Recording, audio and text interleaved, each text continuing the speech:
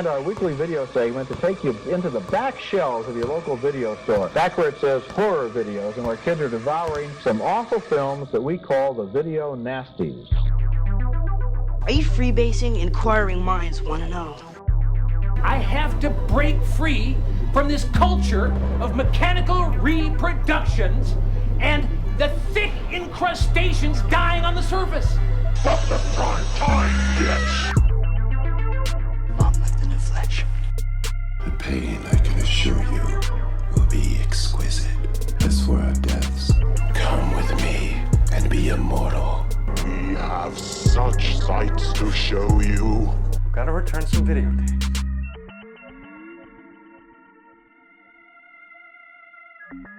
Hello, horror hounds, and welcome to the It Slays podcast. I'm your humble host, Rowan. And I'm Miss Piggy Mike. And it's Jill. And we are back. There is nothing better than a reference to something no one will understand when they listen to the episode. We're having a big Muppets conversation at the beginning. We gotta fill our time. We don't have our pal Colton to chum around with. So this is what happens. Our like lizard brains kick in and we're just talking about Muppets. Arguing over who is Miss Piggy. Yes. If you're me and Jill. What the audience should know is that apparently Jill doesn't know the difference between the Muppets and Sesame Street, and that they are two separate things. Okay, they're adjacent entities. They're puppets. Because they're puppets? Yeah. Exactly. One lives on a street. Jesus Christ. But you know where we're going to start. What have we been consuming? What have you been watching? What have we been listening to? What have we been reading? All that good stuff. Jill, why don't you kick us off? Because Mike is just frantically looking like he definitely didn't have anything up. So, I mean, same. I'm frantic, and I was really hoping you weren't going to choose me. You could have went yourself, but whatever. I'll go, gentleman. I guess. Thank you. Well, I read 2 books. You know, since half of this podcast is gay, and we had that misgiving in June of doing Jurassic Park 3 for Pride Month, I have to do some extra overtime just to like counterbalance the situation here. So I listened to the audiobook of Bury Your Gaze by Chuck Tingle. Nice. That's been on my list for a while. I know it's on your list because I looked it up on Goodreads, Rowan. I bought it. I've got the paperback, but I haven't read it yet. Okay. And Mike, have you read it? Or No, it's on my list. I just Okay. haven't, it's, on my very long list. Yeah. It's a good audiobook to listen to if you're like thinking of listening to one. One of the narrators is CJ Lead, who did Mayfly that I read not too long ago. So that piqued my interest. And I've been doing that like Spotify thing where you just get one free book a month. So that was the one I listened to finally, and I'm happy I listened to the audiobook because the narration was really good. There's lots of layers going on in there, some cosmic horror. A whole lot of layers going on. There's a whole lot of layers, like an onion. Now we're talking about Shrek, not a puppet. But adjacent. I was waiting for her to say we're talking about the Muppet Shrek. My favorite Muppet, Shrek. 10% Lord Farquaad. But anyways, lots of layers, but it had cosmic horror, and I didn't really expect that to happen. And the villains are pretty scary, honestly. Like, it did creep me out, especially with the narration style. I think the characters are really strong. And it was just a really good time. I was in a deep reading slump, so I needed some like powerful books to kind of pull me out of that. So I'm looking forward to reading more Chuck Tingle. He just released a new book. I think it's called Fabulous Bodies. That's been on my list. My best friend right now actually is at a Chuck Tingle like Q&A situation, like signing for that right now. And I am not there because I am here. But that's the next book I want to get into my eyeballs. Will he be wearing a paper bag over his head? He has been. So I'll let you know. Probably. There's probably a paper bag. I just assumed there was some kind I didn't of, like the connotation, the hatred in your voice that you had to be here with us. You know what? I bet Chuck Tingle wishes he was with us. So probably. Probably. We'll DM him and just be like, come replace Jill next week. He might have some opinions on Muppets. I bet he does. If anybody does, it's him. And he'll know the difference between Muppets and things from Sesame Street. And DreamWorks. And DreamWorks, yeah. Wait, is Shrek DreamWorks? Yes. Yes. Yeah. Okay. See, I know what I'm talking about like 5% of the time. I mean, 3, but that's round up. That's Okay. fine. Yeah, thank you. Round it up. Round up those numbers, please. So the other book that I read was Tourist Season by Brynne Weaver, who I didn't realize was Canadian. And this is my second book of hers. And she's like local to Rowan, kind of. Who is it? There's a new one, too. Yeah, Harvest Season. Brynne Weaver is her name. Okay. Yeah, she's in Nova Scotia. But yeah, I just bought Harvest Season and I started it. I'm on like the first chapter and it ends, or it picks up where the last one ended directly. So that also pulled me out of my reading slump. I just read that one in a couple of days. And I read her other book, Butcher and Blackbird, before, and I really like that. This is very similar. It's like 2 serial killers find each other and they fall in love and they just get into murder shenanigans. And I thought the characters were really endearing and it was cozy, but in a kind of morbid and fucked up way. And yeah, I just really like her writing style, honestly. So that's the next one I'm going to read, Harvest Season. I have some devastating news. I need like a news bulletin alert sound effect here. Breaking. What? Me and Mike have to clean some of the pie off of our face. Quick Google search. Sesame Street characters are Muppets. It's official. They are Muppets because Jim Henson created them and they are categorized as Muppets, apparently. According to whom? And don't say AI overview. I literally knew that. So don't come at me. I told you they're adjacent. You can hear further discussion on this on our new podcast, Muppets. Or is it a Muppet? Is it cake? And Episode 1, Shrek? Question mark? Do we just take Muppets and we cut into them and we see what happens, or? That'd be actually brilliant. It'd be kind of horror. We're just cutting into DNA Muppets. tests. See the anatomy of a Muppet. Oh God, not anatomy of a Muppet. I feel like it's gotten too forensic here right now. Dude, I'm fucking dead. This is like every time. This is what happens when we don't have Colton to keep us in line. It's just an episode on Muppets and Muppet anatomy. I think that's interesting and fun. That would explain some of the books you read. Rude. But true. Trued, if you will. Last weekend, I went to the drive-in and I saw Jaws. Hell yeah. So that was fun. Yeah. So yeah, they did Jaws and Jaws 2, but it was a Sunday night and it was like late when the first Jaws was over. And it was also a thunderstorm and a heat wave all at the same time. So it was like super uncomfortable. My friends were all sitting out like on their lawn chairs with their umbrellas, like with the most lightning strikes I've ever seen in my life. Like, it was just like constant lightning. I was like, I don't know if this is safe. Like, I'm actually worried. And I just got into my car in the back of it because I always keep the hatch up. And it was cozy in there. I feel kind of bad because my friends were just like suffering outside. And I don't know why they didn't like get into their cars. But they were just fucking living their lives. Well, that sounds like a skill issue. For them. They don't have that Canadian survival gene in them, so. Yeah. Yeah. I'm scared of thunder and lightning, so I was not standing out there with my parasol and getting electrocuted. But yeah, it was fun time. I made little shark cake cups for everyone.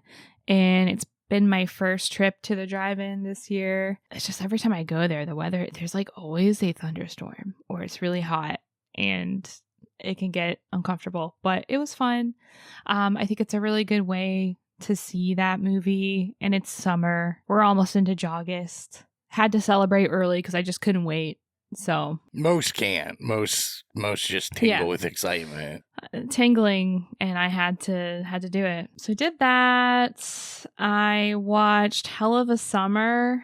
I see Colton saw that. He gave it 2.5 stars. Is that the one that's like written and directed by the Stranger Things kid? Yeah, Finn Wolfhard. Yeah. I never saw it, but I remember it coming out. Okay? Was that 3 years ago? Yeah, I feel like it was at least 2. Dude. It says 2023. I thought this was a new release. I think it hit festivals in 2023. Okay. I don't think it came out officially until like the beginning of last year, like maybe late the year before. Oh, okay. Interesting. Yeah, maybe it would have been maybe a little bit funnier seeing it a couple years ago.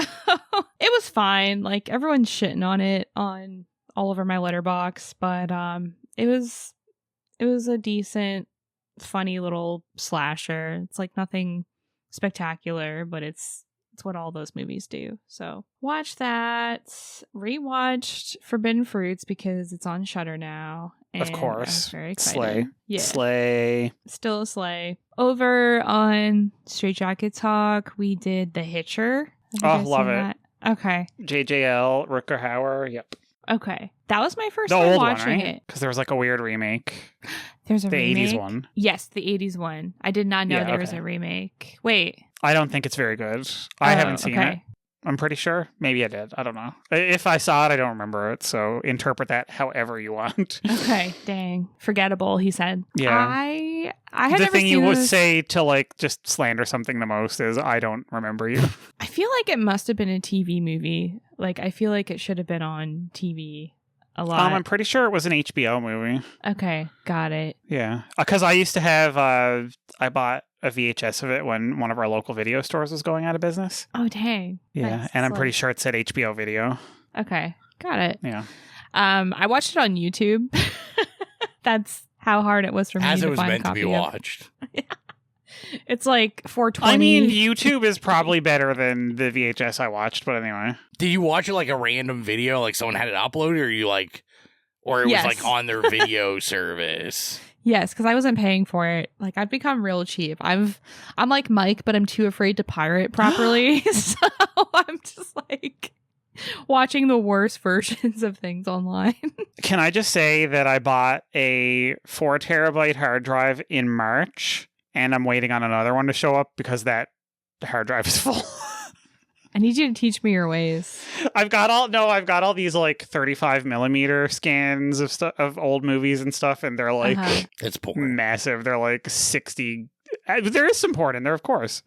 Oh, naturally. Like, come on. You're going to need to do a special episode where it's a tour of all of your like pirated files. It's like people on YouTube that do their like physical collection tours, but it's just you showing your computer screen, your files.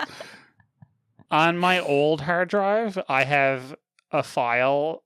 I went back, I like literally went in the like folder and sorted it by date created, and one of them is like 2008 or something. I was like, oh God. Oh my God. I have files that are older than like my god kids. You're a veteran. Yeah. True sailor of the high seas. Embarrassing. Yeah. No. That'll be a tier on it'll be like a special tier on our Patreon. I'll give you access. I'll like do a password for my Jellyfin server. Oh my God. Can you just give it to remote us access. too? Can we get remote access? Thanks. But yeah, I had read a short story called The Duel or Duel by Richard Matheson. By Richard Matheson. Yeah. Of course. And I was like, this movie is pretty much the exact same thing. So I Googled it, and I think the movie, so The Hitcher is based off of Duel. And so I thought that was cool. It's definitely that's a inspired really good by story. Yeah. Definitely. Because, like, it's also, they're going to the same places. Like, they're in Texas and they're going to California. Did you see the movie Duel? Mm-mm. Stephen King. Steven Spielberg. Steven Spielberg. Close. Steven Spielberg. Speaking of Jaws, Stephen King. That was pre-Jaws, I believe, right? Pre-Jaws, yeah. It was Damn. 73, I think. Okay. Yeah. Nice. No, I haven't seen that. Obviously. It's very good. Very, very good. I'll have to check it out. Oh, last night I watched Don't Shit on Me. I watched Back to the Future for the first time in my life. Oh, nice. That played at my drive-in all weekend. I didn't get a chance to go see it, but... Oh, okay. Yeah. Don't shit on me, but I haven't seen that since I was like 12. Okay. All right. So we're good. Banger. I watch it all the time. Really? Yeah. I just got, like a couple weeks ago, I just bought the newly released, like, 40th anniversary 4K box set of them. Mm-hmm. I love all those movies. Well, maybe not the third as much, but 1 and 2 were like bangers. I thought it was fun. I really liked it, so I guess I'll have to check out the sequels. I didn't realize it was about like trying to fuck your mother, going back in time, or maybe not trying to fuck your mother. So I mean, if your mother is Leah Thompson, I didn't know it got weird like that. Period. Leah Thompson is like so hot that even her children want to. No, oh my god! Oh my god. Cancel. Abort. Delete that. never. And the last thing I watched was Allegoria, and I'm not going to say anything about it because I think Rowan and I are going to do a classic Tubi Stream Screams episode back to where we started, because we did Bury the Bride. It was like our first Spider-1 movie, and then we did Little Bites. So yesterday... But Little Bites never came out because I lost your audio, remember? Yeah. We have to redo it. We're going to have to. Okay, we have to. So we're going to have to redo Little Bites. We're going to do Allegoria. But yesterday, I actually went to my local Halloween store, and I met Spider-1, aka Power Man 5000, aka Rob Zombie's brother, and his wife, Chrissy Fox. She's a Canadian actress, and she's in like all of his movies. She's like his Sherry Moon Zombie, basically. But I met them, and they were very nice, and I told them about our Tubi adventures and Stream Screams, and she thought that was great, and she... And did you sell her on getting a subscription? I didn't, but maybe she will. I don't know. Oh my god, missed opportunity. You should have told her and said, but we don't give out free subscriptions, so... You gotta pay. Yeah, tell her that she needs to be top tier. Make sure you watch a movie called Requiem for a Scream. Real banger. No, she did say that she loves putting on like shitty random Tubi movies, so I think she would be a fan of Stream Screams, actually. So, and I did mention that their movies, out of all of the Tubi movies we've done, are among the better ones, if not the best You're ones. like, we love watching shitty Tubi movies. That's why I love you.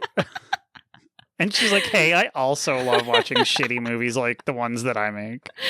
But hers are good. And yeah, that's all I've been up to. What about you, Mike? You get your shit all figured out? I bet you're going to do a much more linear like delivery. Oh my god, get my shit figured out. Have you ever met me? Like, when do I ever have any of the shit in my life figured out? I think you do. Ever. Okay, I'm just trying to like sort of situate myself. When last we met, I was, talking about some of the things I've been watching, and I was watching a lot because we were doing, You were doing your Pride watches. Yep, doing 30 watches for Pride. I ended the month with 32, so Hey. Hooray for me. Some of those were little shorts, but that's fine. Like, who cares? I don't understand how you can watch even like one movie every day during the month, because I have hours of commuting and a job, and then I get home and I'm like, oh, I gotta cook food and like da da da da. Colton does it. Maybe if you have a car. I feel a little shade, but that's okay. these nerds do it. Ro says this, and Ro's like, I watched 4 movies during my shift last night. Like, okay. That's why. Ro, you can like watch a whole ass. You could watch all the Friday 13th movies while you're at work. Like, true. Come on, let's be for real here. But yeah, so the final one that I ended up watching, I'll start with that, was I decided to end the month with a bang, and that is with one of my favorite directors of all time, your father and mine, Greg Araki, king of new queer cinema. I watched the first in his teen apocalypse trilogy called Totally Fucked Up. We've talked about the other 2 before because Criterion put out a box set of the 3 of them. So they had 4Ks of The Doom Generation and Nowhere, which are the second and third, and then a Blu-ray of Totally Fucked Up, because Totally Fucked Up, I think, was shot on 16 millimeters, so like it's not, as sharp and stuff, so they didn't bother doing a 4K. It's similar to the other movies in his teen apocalypse trilogy. It's like sad, gay, teenage hipsters kind of bouncing around these weird situations while the world is ending around them. It's awesome. James Duval is in it, who's in the other 2 and in a lot of Greg Araki movies. People who love horror movies will probably recognize him because he is, what's his name, Frank, on when he takes off the bunny costume on Donnie Darko. Okay. Yeah, he's a legend. We love James Duval. We love Greg Araki. That was such a great movie. I haven't watched it in years, so that was good. I got to stick on my Criterion Blu-ray, which looked beautiful, of course. So then I kind of like moved out of that, and listen, we always want to be watching like, queer shit, but I was like, I've been putting off watching a lot of like horror stuff, just for the sake of, moving through that catalog that I wanted to watch. So the first one that I watched this month, actually it's funny because this movie that I've had on my Letterboxd watch list for probably about 9 or 10 months, it's called Saturnalia, and it came out last year, but I think it only played a couple of festivals, and I think somebody like Phil Nobile from Fangoria or something might have posted about it and said that they really enjoyed it. And it's a low budget homage to like Giallos and like Suspiria. And it actually ended up getting put on Tubi. I could not find it. Like, I've been looking for months everywhere. And like, if I can't find a movie, it does not exist. Like, yeah. Literally, and there was like barely any mention of it except for the Letterboxd entry. So yeah, that got put on Tubi, which was amazing. Yeah, it's just low budget, kind of very Suspiria. It's very The Woods by Lucky McKee. It takes place in the 70s, and it's about this girl who, goes to this posh, isolated, upscale boarding school at this like beautiful, mansion in the woods, and shenanigans ensue because it starts off with a girl getting like viciously murdered. And again, because it's a like Giallo homage, it's beautifully lit, wonderful sets, very full of artifice. I could see on Letterboxd that a lot of people thought that it was bad because the acting was really stilted and quote unquote bad.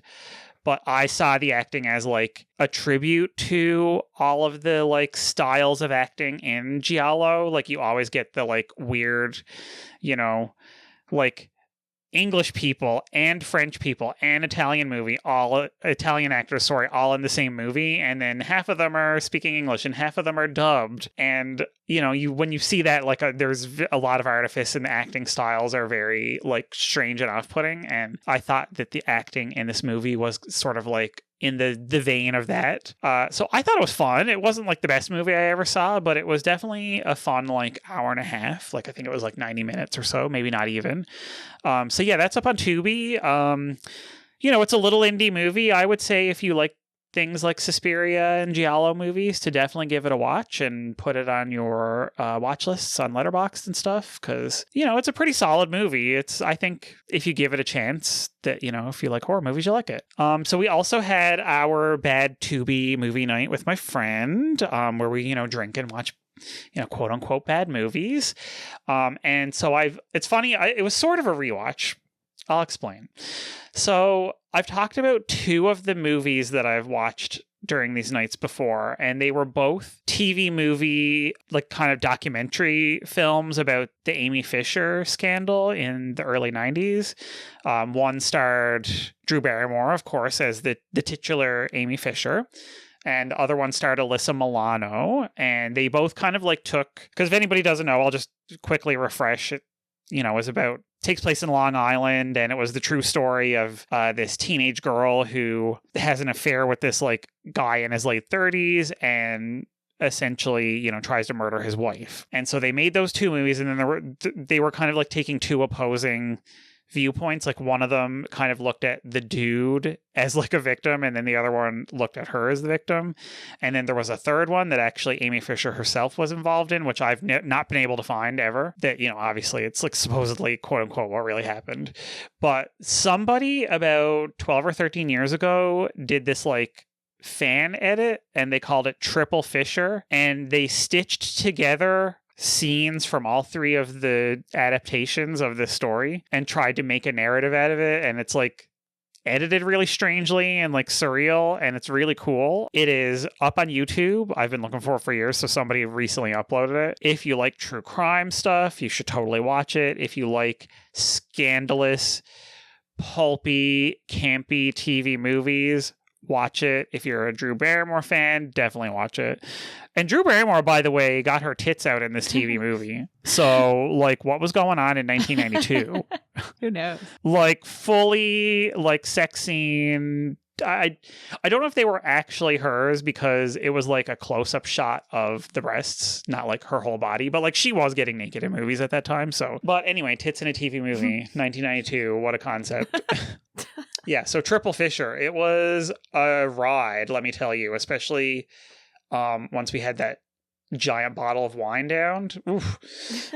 Like the editing and stuff is very strange. Like they're kind of trying to purposely make it like a head trip because just such a bizarre concept to begin with. And it really like it'll take a scene and then play 2 or 3 minutes from one movie and then 2 or 3 minutes from the other one. And then the third one, just showing the 3 ways that everything that happened in that scandal like was spun. Yeah, that's kind of cool. It is very cool. It's like Rashomon, but with TV movies about a teenage girl trying to kill her lover's wife, which is kind of like the most Rashomon thing in the world when you think about it. I'm just throwing that out there. And so because, of course, by the time this comes out, it will have been out for a couple weeks, but Evil Dead Burn came out a couple days ago. I saw it opening night. I won't talk too much about it because we're going to be doing a Now Slaying, but I did very much enjoy it. And as a lead up to that, this week I also watched the Evil Dead remake, and I rewatched Evil Dead Rise, both of which I love. Yeah, bangers, absolutely. I think the Evil Dead remake is one of the best horror movies ever. Like, I saw that opening night in theaters and it absolutely terrified me, and I spent the whole night. I think I'm pretty sure I saw it with Ro. Yeah, I was gonna say and X went, because I was a hater. I was like, "This is bullshit." Are I you remember serious? seeing. Yeah, you didn't like it? No, which I've said before. Like I did come around on it. I It was apologize. It was just when I saw it, it was just like, this isn't, Bruce Campbell and like Got that right. funny and like I was like, what's going on? No, but it was like kind of like you were being a hater, but it was kind of justified because at that point in the years before, we had gotten like the awful Nightmare on Elm Street remakes and like the Friday the 13th one. So I totally get it. This was the point when you were going to a remake, assuming that it was going to be the worst thing you've ever seen. Yeah. I came around, so. Okay. You did come around. Yeah. I, that very night, was like absolutely traumatized and could not sleep. Yeah. Because I was house sitting at my friend's parents and they have like a giant, creaky, really noisy house. And I was just like shit baked. No. Yeah. Yeah. So rewatching it, it really reminded me of like what a good movie it is, because it has not lost its power to me. Mm-mm. I think it's one of the best Evil Dead movies. I think it's one of the best remakes of all time. It's in my top horror movies for sure. Like Jane Levy, Cunt. the like, yeah, just cunt. Wonderful character. She does such a good job with that. The twist of turning the main monster of the movie into the final girl is like chef's kiss, and it's just so brutal. They're just defiling bodies left and right, and I'm here for it. The next one on our adventure. That's the next one once we... Really? It is. Yeah. Well, we did Army of Darkness. If we follow the Rowan Fraser playbook of doing it in order, it has to be, because that reboot kicks off this new fresh cycle. Yeah. Yeah. Oh, we need to do it ASAP. Love that one. It'll be like all the ones we really have to do, where we really have to do that, and then we'll do it in like 4 or 5 years when we're like, we've talked about it. In our 80s. Yeah. Oh, not everyone in the retirement home talking about, remember when she sawed her arm? Like... Fuck. Not really. Oh, the trauma. I feel bad for our personal care workers that they have to like set up our microphones, and we're probably not even really connected to anything. They're just playing like video of video Mike talking. He's already passed away. I'm just talking into a screen. They've got a cardboard cutout of me just propped up in front of my camera. And you're like, oh, wow, Mike, you need a coffee. You're looking real stiff. With me tonight. Yeah. Light as a feather, stiff as a board. So I rewatched Evil Dead Rise, of course, as well. And I really liked that the first time I watched it, which was maybe like a year and a half ago. But the second watch, I loved it even more. It's definitely one of my favorite Evil Dead movies. I love the setting. And I think I sort of like was being a little bit critical of it when I first watched it, because I didn't approve of them taking the Evil Dead out of like a dingy, tiny, rundown cabin in the woods. But I have to admit, the rundown apartment building like really, really worked. And I just think it's beautifully designed. I love the characters. I love the actors. I think like they're all wonderful. Alyssa Sutherland as the mother who turns into the main Deadite is stupendous. Like that woman and cunt. Like she's so hot that like she just is like a cunty Deadite. Yeah. So love. Yeah. Rowan and Colton don't like that one. Apparently, I'm looking on Letterboxd right now. Sorry. We did listen, you can hear our opinions on Now Slain, and when we eventually get to a full episode of it. Okay. I mean, my opinions might have changed. Can you amend can we record a new one and call it Then Slaying? Then Slaying. And you just talk about how you were wrong. Just saying, that's going to be our new series, redoing Now Slayings and calling it Then Slaying. The title card of Evil Dead Rise is one of my favorite title screens of all of horror cinema. Fuck yeah. I can just like close my eyes and see it like so clearly. I just think it's so brilliant. I'm loving that this bookending scene at the cabin. Yeah. Yeah. Chef's kiss. And I'll just run down the last thing I watched, which would I think maybe be of interest to you guys and or anyone who's into the show. And it's one of my old slasher movies that I had a tape of from, again, an old video store that was shutting down, and I bought all their horror tapes when I was a kid. And it's called Hide and Go Shriek from 1988. And I used to love it when I was a kid because it was really different. And it's about these like high school kids who, the night that they graduate, one of their fathers owns this like giant like 3-floor, like furniture store in the city, and they decide they're gonna like, bring some snacks and booze and go and have a like adult party and like fuck in the furniture store, and then like whatever, and then they decide to play hide and seek, because why wouldn't you? I mean, I would, honestly. Like, yeah, I'd play hide and seek now as an adult in there. But yeah, and then little do they know that there's a slasher also there, and they're kind of like getting picked off one by one in this giant furniture store, and it's full of mannequins, because they've got all the like tableau with the furniture, and so they're all like, there's mannequins everywhere wearing like their little outfits. And yeah, it's I haven't seen it in like 20 years. It's definitely not as good as I remembered it being. And frankly, there was some troubling homophobia and transphobia in it. So, do not support that. And, but listen, not Vinegar Syndrome. Maybe it is Vinegar Syndrome. One of the boutique labels just put out a 4K of it. TerrorVision? No, not TerrorVision. Why am I... Anyway, I don't know who did it. Somebody put it out. So if it is of interest to you, it's very hard to get otherwise. And you're not bothered by that shit. It's a curio from 1988. It's definitely worth checking out if you're like a slasher fan. Yeah, so it was fine. Other than the homophobia and transphobia, it was like, okay, cool. And what now, But yeah, that's what I've been up to. Now that we're all caught up. Ro, what have you been spending your time on? I've been working lots, so just pounding out movies is my Oh yeah, for plans. sure. I will bring up... listen, I'm not calling you out. You know it's true. A little bit of television watching. I've been watching, as the episodes release, Larry David's new show called Life, Larry and the Pursuit of Unhappiness, an almost history of America. Interesting. I did not even hear of this. It is hilarious. It's pretty interesting. It's like executive produced by Barack Obama. And what? It's basically just like little sketches of American history, but like all the key figures are Larry David playing them, and it's like basically Curb Your Enthusiasm humor, but on just famous American things of the past.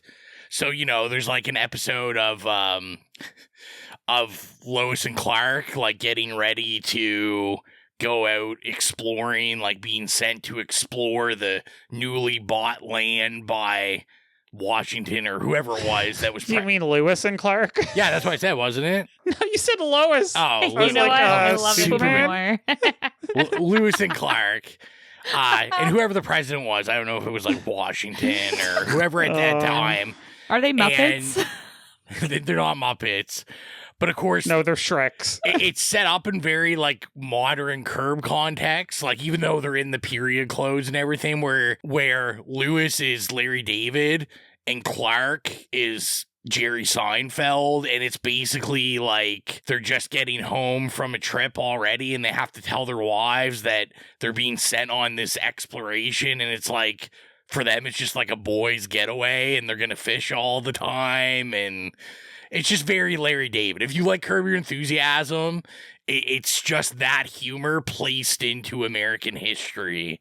There's like another one where he plays like Alexander Graham Bell inventing the telephone and then realizing he hates being on the phone because people won't let you go and they just keep talking about nothing. And every time you're like, oh, I gotta go, they just keep talking. And it's super funny. Also, he's got...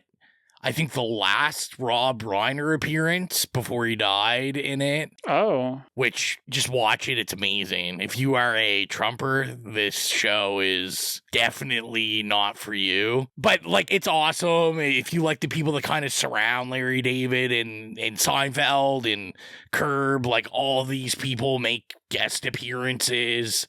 So it's super funny. It's on, well, in Canada, it's on Crave, but it would be on like HBO in the States.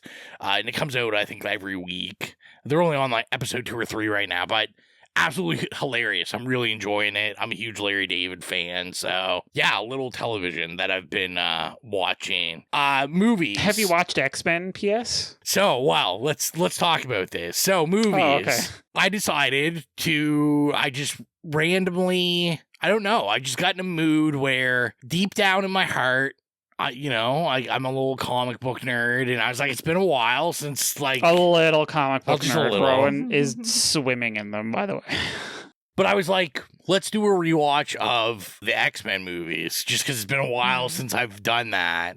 So I started at the beginning, and to speed this up, I'm just gonna throw them all in together and just kind of be I watched them by release date. So I started with X-Men, and I did all the Wolverine movies, like the Deadpool movies. I literally did everything. You really hated yourself. The only one I didn't do was Logan, and that's just because my buddy I watch movies with, he hasn't seen Logan before, and I work with him tomorrow night, the night we're recording this. Okay. So I was like, I will save that and we'll watch it together because he's never seen it. And I'm like, it's actually really good. And so rewatching this. Is that the one with X-23 in it? Yes. Yeah, okay. Yeah. I saw that one. Yeah, rewatching this, I mean, it was kind of a good time. More of a good time than I think like letterbox ratings would kind of make you think. Because most of these movies are rated like way worse than any MCU movie or anything. But I just kind of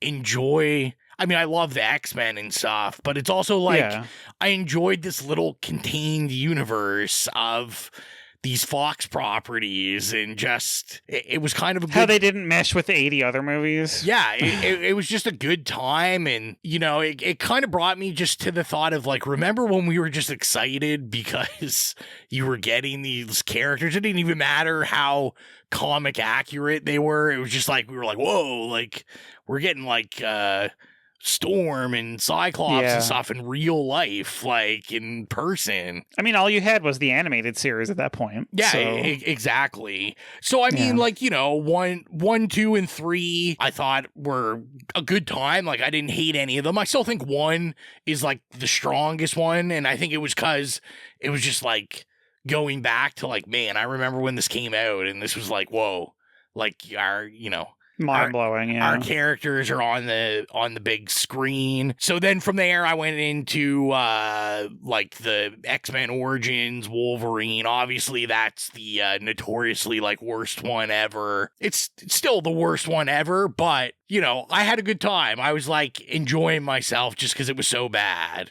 That was like kind of the introduction of like the CGI claws that looked terrible. And, you know, it was all bad, but it was like a fun bad for me. I was like, yeah, I can, you know, get down with this. And obviously that was the first iteration of Deadpool we had gotten, and it was, you know, not great. Everybody hated it. Yeah. And then obviously, I'm skipping around back and forth here, but my favorite rewatch that went way up for me, which I'm pretty sure also a movie that I'm sure Mike and me and Brad and all of us went and saw, was The Wolverine. Yeah. Which I Did remember. I go with you? Maybe. I think I might have been there. We used to go to all of them when they came out. Literally every single one. And I always hated The Wolverine. I never thought it was like very good. And rewatching this, I think it might be one of my favorite ones of all the X-Men movies. I think it's like kind of the best spaced and written, and like him in Japan, and I just think it like the martial arts stuff's really good in it. It's just it's a lot more interesting than I remember it being. I just like really enjoyed it this time, where I think I gave it like 4 stars on Letterboxd. So another one to add to the list that I rated at my original Jaws rating of 4. The Wolverine. No, but I had a really good time with it. And then obviously revisiting when we, you know, started doing the prequels of First Class, where Fassbender came into it, and, you know, I had to fan myself off pretty much the entire time I'm watching those. Shirtless Fassbender pretty much makes an appearance in every single one. Unfortunately, not also showing dong, but whatever. But I mean, you know, I think Fassbender's just as charming as, you know, older Magneto. I liked him as younger Magneto. Obviously, these ones, Jennifer Lawrence, my girl. So, oh, but she's awful. Yeah, so, I mean, watching those, you know, I enjoyed those as they were. Out of the bunch of those, my favorite still Days of Future Past. That's still my favorite one of those. Just because Days of Future Past had so many cameos of, like, characters that you didn't think would ever make it into movies. Like, I remember seeing Bishop, like, at the beginning, and Bishop's, like, one of my favorite characters. So I was like, oh, this is crazy. And I really like that one. That one, obviously, a lot more sci-fi. That's the one that has Peter Dinklage in it and playing Trask. I really, really like that one. And then even watching Apocalypse, which I think is like probably the other most hated of it, Apocalypse and Dark Phoenix. I don't know. You know, to me, Apocalypse is like a 2.5 star movie. It's not good, but I was like, it's not terrible. Like, I had a fun time with it. I'm a sucker for Oscar Isaac and some bad makeup. Like, I can handle that. He's just such a delight. Yeah, you know what? I'm just like, I'm just getting older, I guess. But I was just kind of like, I don't know. I'm like, it's X-Men Apocalypse. It's, it's cheesy. It's ridiculous. Like, how good were you expecting this to be, really? This has been a theme tonight. You guys are coming back and rewatching movies and liking them more. And then, watching Dark Phoenix, which, kind of really soured people. That was like the last one they did. Yeah. I think Sophie Turner as Jean Grey was like really good casting. I thought she was a really good Jean Grey. I'm sure that's an opinion that is out there by me only. No, I feel like a lot of people really liked her. I personally was like, I was really excited about her casting, and then when I saw her, I was like, oh. I mean, I just think it's hard because those guys obviously never got to grow into the parts or anything. No, I mean, yes. I mean, like, the original cast members were doing it for, like, whatever, like 9 or 10 years, yeah. Even Dark Phoenix, I was kind of like, I kind of like this. Like, it explored darker themes, and, like, for once, they kind of deal with, like, Charles Xavier, like, kind of being a dick sometimes, and, just things that when you read the comics, you're always like, oh, like, that there's comics it's easier to thread these stories where there's complicated things and relationships going on. And yeah, I thought it was interesting, especially how dark movies went, where you could tell Dark Phoenix was really influenced by like dark superhero movies, like kind of DC-ish style, where it's like, this is going to be like brooding and it's very dark and everyone's sad. And anyway, I thought it was all right. And I mean, am I ever really going to complain? We got a movie with Jubilee in it. So true. And Dazzler. Like, we literally get a whole Dazzler is the most important, yeah. Like, and then the only ones I didn't mention that I rewatched. By the way, gay icon Dazzler were the Deadpool ones. So I watched all 3 of the Deadpool ones. The first one, I'm a general fan of the first one. I kind of have a special place in my heart for it. Me and X saw it on an anniversary date, and we went in St. John's in a blizzard. We went in the theater, it wasn't a blizzard, and when we left, we got like the last cab that was running because they had shut down the entire city. We didn't While know you're in Deadpool. Yeah. And I remember we both liked it, and I liked it this time. Like, I thought it was great. Unfortunately with Deadpool, it's one of those that like it gets worse as it goes. Like, I think the second one, although Cable, it's cool to see Cable, it's just not as good. And Deadpool and Wolverine is a rough watch. I thought that one was just, it had the promise of excitement kind of Days of Future Past, where you have all these like people you wouldn't think you'd see, but then they're not good, and it's just like not that funny. And yeah, I just didn't really enjoy that. So that was my X-Men rewatches, and it ties in, as Mike was bringing up at the beginning, because I've decided I'm going to go back, rewatch the original 90s cartoon, and then I'm going to go into the 97. So, yeah, I'm going to do that and try to watch a little more X-Files for my boy Nicholas, too. So, I'll quickly just say, like, some rewatches that I don't really have to say anything about. Rewatch The Witch, because my bud hadn't seen it before. The Witch, obviously a banger. I've always said it's, like, my favorite A24 movie all time. Rewatch The Strange Thing About the Johnsons. Wild if you've never seen it. I don't know. I never say anything about it because I'm like, oh, maybe we'll talk about it someday on the podcast. It's a short, but maybe next time we do an Ari Aster movie or something, we can add it on there. But definitely like one of the darkest shorts I've ever seen in my life. Just like truly messed up, but really well done. Oh, one I didn't bring up that I watched. I'm not going to say anything because I already told the group I'm buying it at some point, but I did rewatch The New Mutants. So technically a horror movie, so I could pick it and really collide my two worlds. Speaking of The Witch. Yeah, speaking of The Witch. And then I did see a couple newer movies. Got a chance to check out The Sheep Detectives. I'd missed it in the theater, and it came out on Prime. And it was like one of those late night watches where I didn't really know what I wanted to watch. And I was like, oh, there's this, murder mystery sheep movie with a bunch of people I like in it. And it's fantastic. It's so good. Talking animals. This is like Babe level good. Like, it is just a banger. Not Babe. it might be put you in more of a crisis than Babe. Like, this is like, you go into this kid murder mystery movie, and then it's just like, the whole movie is like this existential crisis about life and what is life and death and what's it all about. And But I mean, that's based on like adult mystery novels. yeah, I was just like, This is the holy thing, shit, yeah. this is like serious. It was so good. I really, really liked it. I really enjoyed it. Everyone should go see it. I took the kid to go see Toy Story 5. I thought this was also very good. I don't know if I ever saw Toy Story 4 as I was watching it. I definitely saw 1, and I must have saw 2. Maybe I didn't see 3 and 4. I don't know. I don't overly remember Jessie. I don't overly remember the cowgirl. Mm-hmm. How do you not remember her? She was like the best of the new ones. Because I just said, I don't know if I saw the new ones.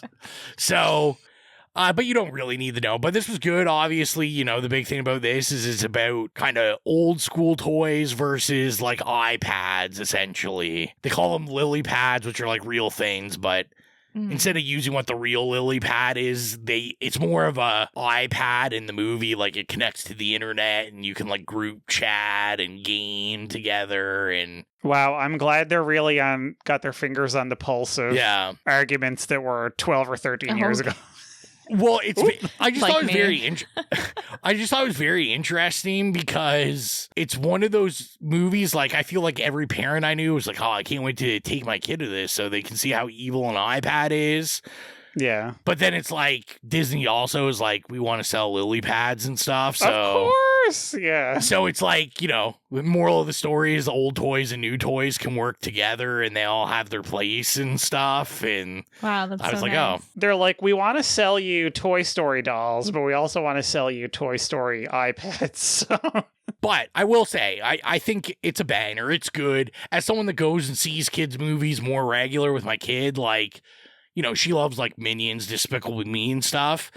And Scream. And Scream. But like, I thought about like the last Despicable Me movie I saw in the theater, which it literally felt like I was watching 10-minute TikTok shorts for 2 hours.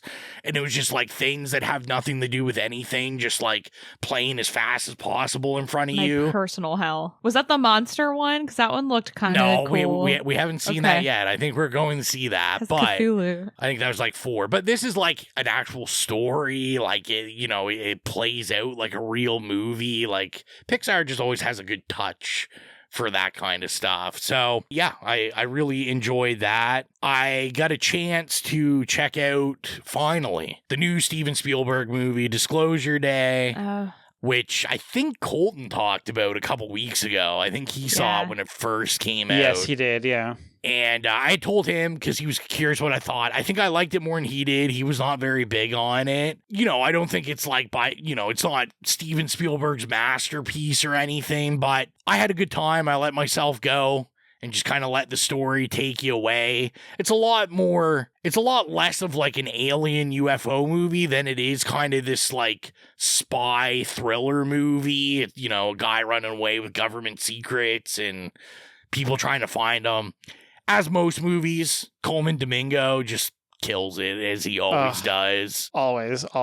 But I will say, like, the alien stuff, like, I must have been bought in because the third act of this movie, where, you know, you're getting like news footage, very Independence Day, like, you know, like the UFOs coming out of the clouds and, you know, everybody kind of the world stopping, all watching the same news channel, seeing this happen. Like, I was getting like kind of emotional about it, where I was just like, it was so awe-inspiring. And I was just like, wow, this is pretty like crazy to think about. You know, like what would happen to the world if, you know, that happened or something. I thought it was pretty good. And that was pretty much it. Then, like Mike, I watched all the Evil Deads again. I watched 13 and Rise and Burn. You'll hear our opinions when we record our Burn episode. I guess that'll probably be out before this one. Yeah. But yeah, I really liked it. Go see it. I think it's like the 5th best one out of the 6. Mike was talking about Rise. I like Rise. It's not I still think Rise is the weakest. This is like one above Rise for me. Actually, I'll be honest, this is probably above Army of Darkness, maybe, for me. I'd have to think about that. But it's mean, and everyone's saying not funny. I thought it was pretty good at the dark comedy. I thought this was a lot more akin to the first Evil Dead and the 2013. I thought it was pretty funny, yeah. Like, I giggled at some stuff that I was like... This is Raimi's humor, like dark humor. Yeah. People are just too soft. And then I watched one I won't talk about because I'm eyeing it someday. I watched Club Dread for the first time from Broken Lizard. I saw that opening night in theaters. Yeah. As I watched it, all I could think about is this might be a great movie for when the 4 of us are back fully from all our vacations and work and stuff. Yeah. This seems so It Slays podcast coded as a 2000s horror like comedy murder mystery movie. It'll bring us back together, just like Frozen. Bring us back together as a family. Yeah, I think it'll be a great reunion movie. It's gonna bring us back together as a family, and then we're gonna end up like the family in Evil Dead Burns, and we'll just murder each other. So yeah, that's all I've been watching. Let's get into the episode. So with that, let's get into our episode. Mike, it was your pick, so why don't you announce it? Why did you choose this lovely movie? Tell the people. So, yeah, we're doing Species, 1995, directed by Roger Donaldson. I picked this because I thought it would be kind of like something a little bit different for us, but also it's the type of movie that we do like talking about. You know, like it's the same era as, like, say... Event Horizon, and even like the same genre really, which is kind of like a thrillery sci-fi horror action movie. Yeah, so I just thought it would be something fun and different and like a little bit of a light I guess summer movie for us. Is this a Joggis movie technically? Ooh.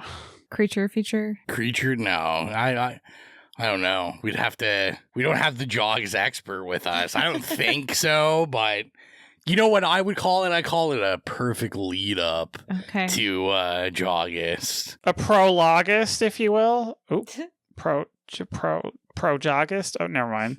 So with that, we'll get into the trailer and we'll be back with the synopsis and first experiences. We now have a new sequence of DNA with instructions on how to combine it with ours. They don't know how to find her. You created a monster. Now you want us to hunt it down and kill it. They don't know how to kill her. We decided to make it female so that it would be more controllable. More controllable, huh? I guess you guys don't get out much. They only know if they fail. We gotta get to her before she gives birth. It's the end of us all. Species. Rated R. Starts Friday, July 7th. 1995 Species is written by Dennis Feldman and directed by Roger Donaldson, and the synopsis is as follows. In 1993, the Search for Extraterrestrial Intelligence Project receives a transmission detailing an alien DNA structure, along with instructions on how to splice it with human DNA. The result is Syl, a sensual but deadly creature who can change from a beautiful woman to an armor-plated killing machine in the blink of an eye. So, first experiences, is this our first time seeing it, or do you enjoy watching almost full-out erotic thrillers with close personal members of your family? Jill, is this your first time seeing Species? Yeah, it's actually my first time seeing Species. Oh, wow. It's been on my list, because I feel like every time I look something up, there's someone that's like in this movie that's in everything else we watch. Or something.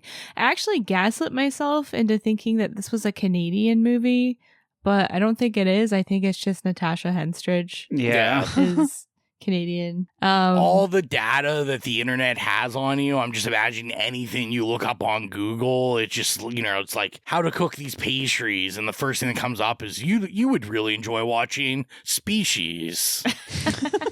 Some There's tentacles. Yeah. But I felt like this was a very podcast adjacent movie for us. Like I knew we were going to do it someday, so I've never like personally cross it off my list because I knew it was coming. So yeah, it is my first time. And I just watched not too long ago Ghost from Mars. So I feel like that would be a good double feature with this one. Fun fact, I was actually going to pick that. Yeah. and I picked this instead, and the common thread was Natasha Henstridge. Yeah, which I like. This time, she's not the alien.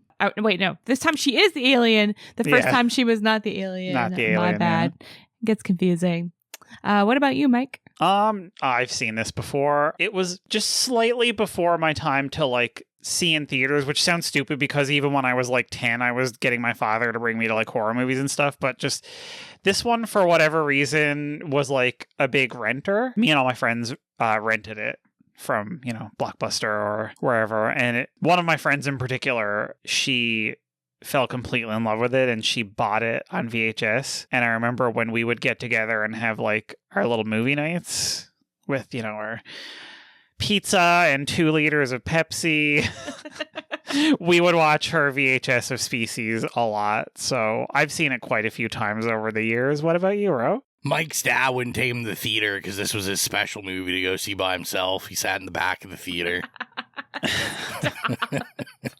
Oh, also, I have to say before we move on that it was special to us because Natasha Henstridge is from here. Yes. And that's such a huge deal. Like, everybody went to see this. I don't know how I didn't see it in theaters. I think my mom saw that it was like really violent and like full of nudity and told dad not to bring me or something. But yeah, like it was a very popular here because she's from here. So yeah, Springdale, where Nicole is from. And actually Nicole went like water rafting with her one time before in Springdale. So next time she's on the podcast, we'll have to get her. Wild. I was going to say we should have had her on for this episode. Shit. Damn. She can come on the Species redo in 15 years. We got to stop right now and we'll come back, record it. We'll get Nicole on for the then sling.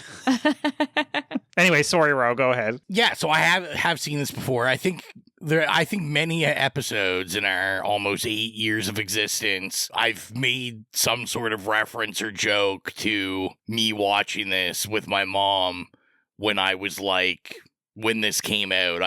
I'm born in 87. I would have been under 10.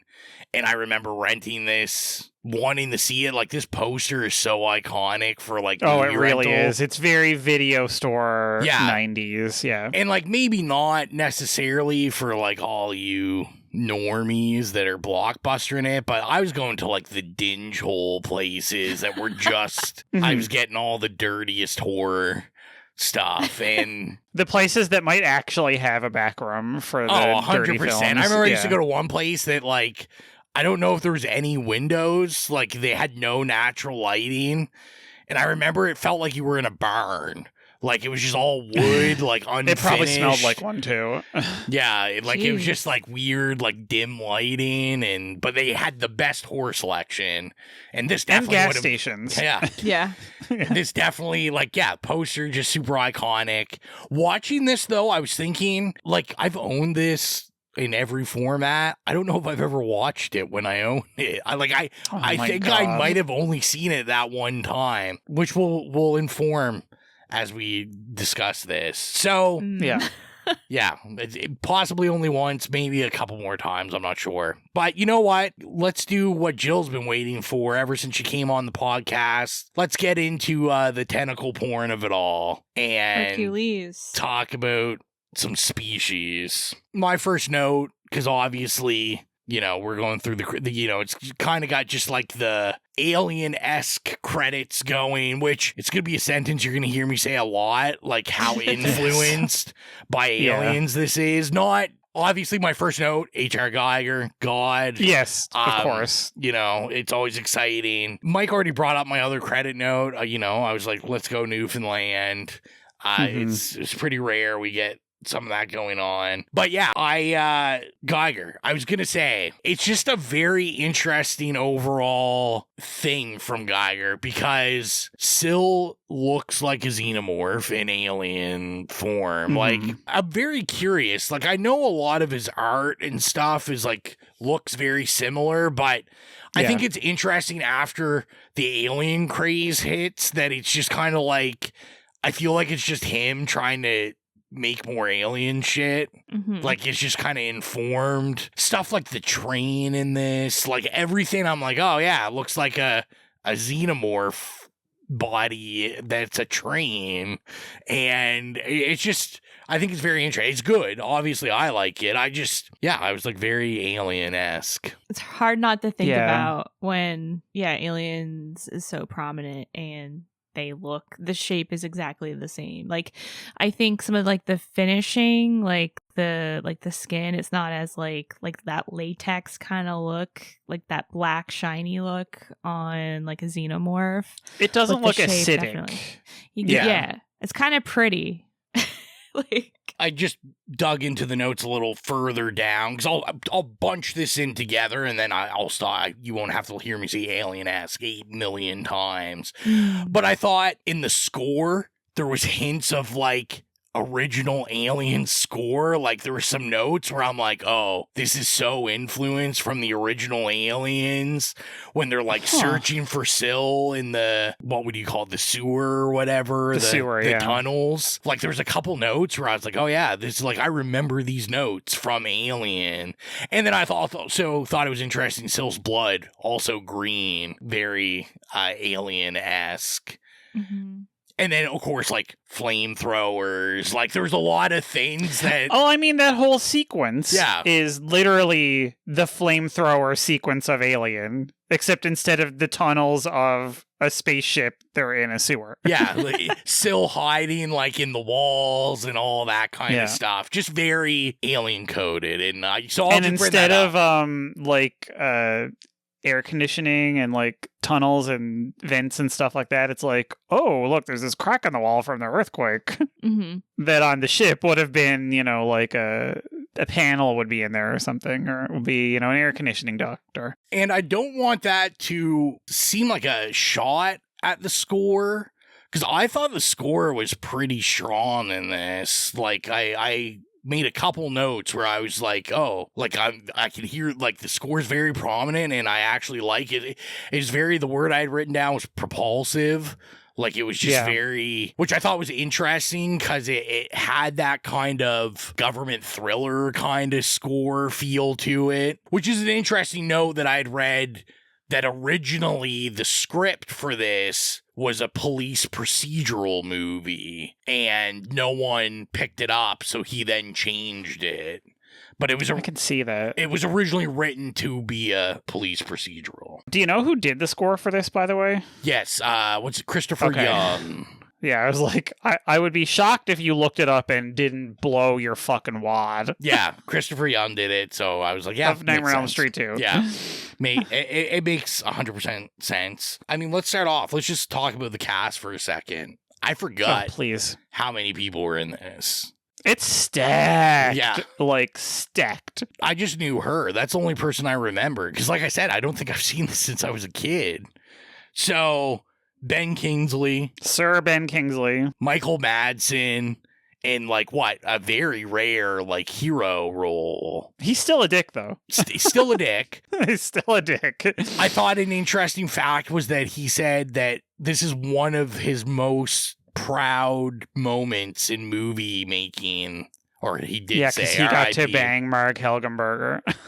Well, he basically just said that because he always plays a bad guy, and he was like, this is the one role. He said originally he just took this movie for money. He didn't really overly like it, but then when it was a done product, he really liked it, and he was like, I got to be a hero in it, and not just a Reservoir Dogs villain. Yeah. But yeah, Marg Heidenberg, is that how do you say her name? I love her from CSI. CSI. I just had a big note that said CSI, capital letters. Hell yeah. Mother Catherine. Marg. She's just trying to get her fuck on the whole time. Okay, listen. So first of all, can't a woman want to get some dick. Yeah. Like, is there anything That's wrong right. with that? That's right. Preach it, Mike. Preach it. Also, mother, but also, you know, like, okay, CSI, sure, whatever.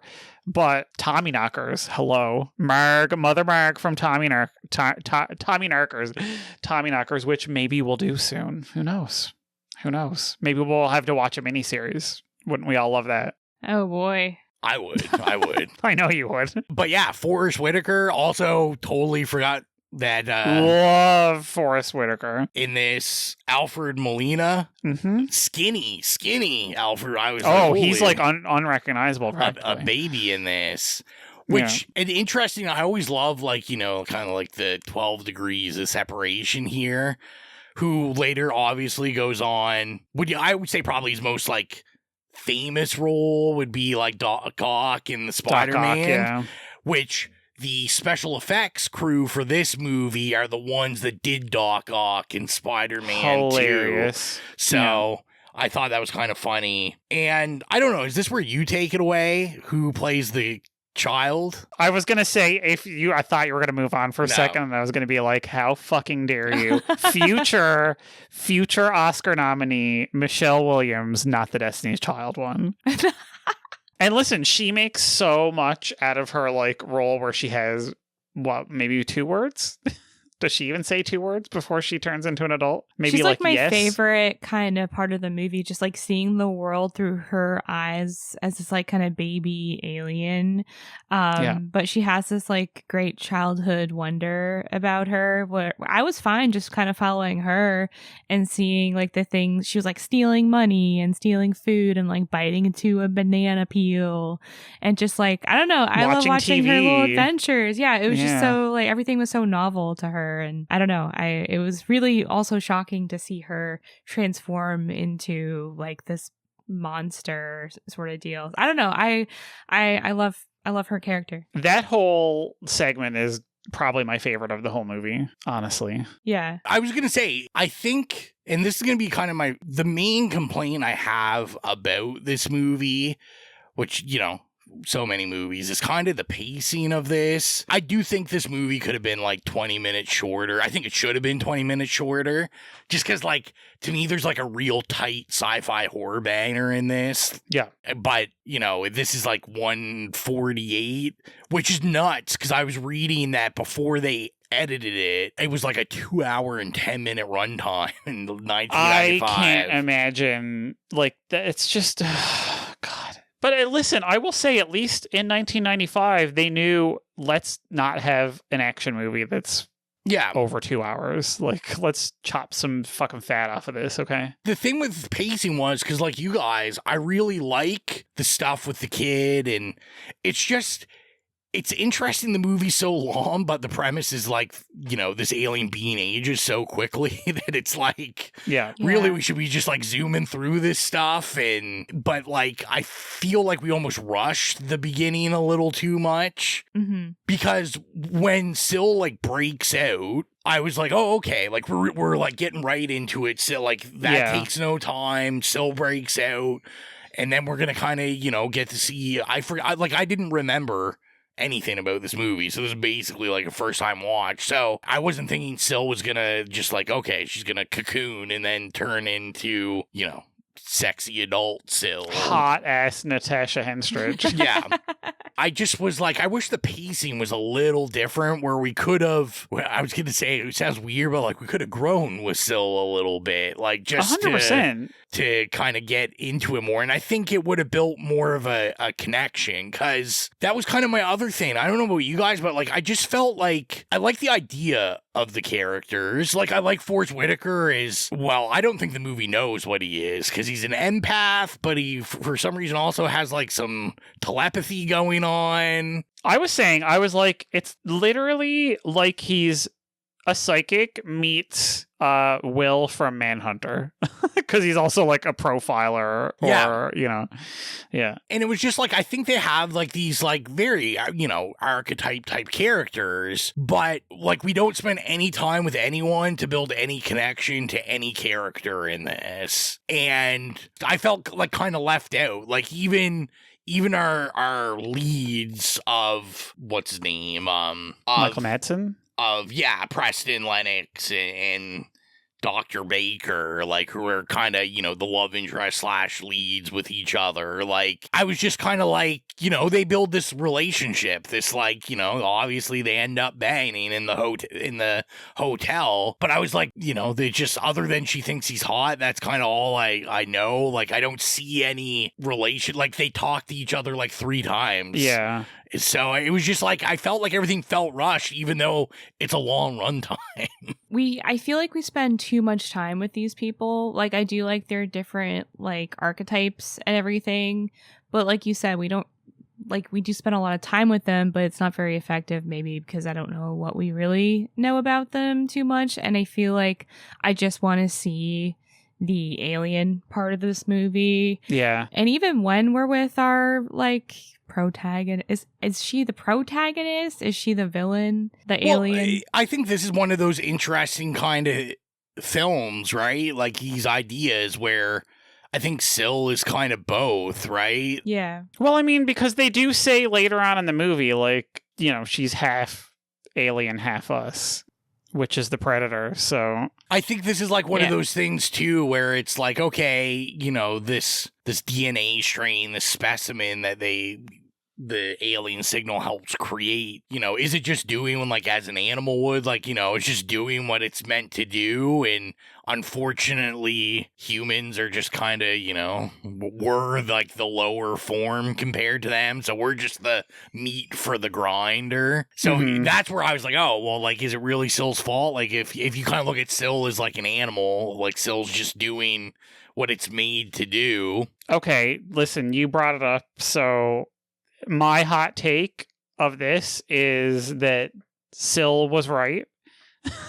I watch this and look at it kind of like a fairy tale. I very much see it as like kind of the Little Mermaid, which I wrote in my Letterboxd review. And it's actually more, I think, of a comment on literal xenophobia, because this kid is like, like literally she just gets raised in a fucking glass and they're gonna kill her, so her instinct is obviously to run.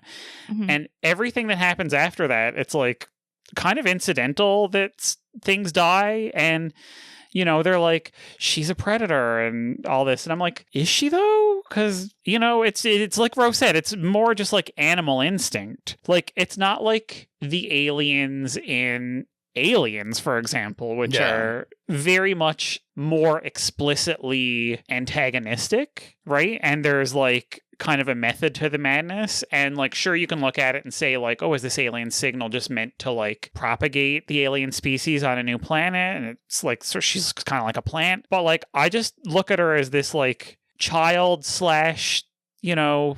wounded animal that is like, literally everything that happens to her is because she's backed into a corner, and she's actually being hunted, and everything that happens after that is like a reaction to that. And so I just like watch this movie and go, man, like, leave her the fuck alone. Like, Jesus Christ. Like, can you remake the Leave Britney Alone video?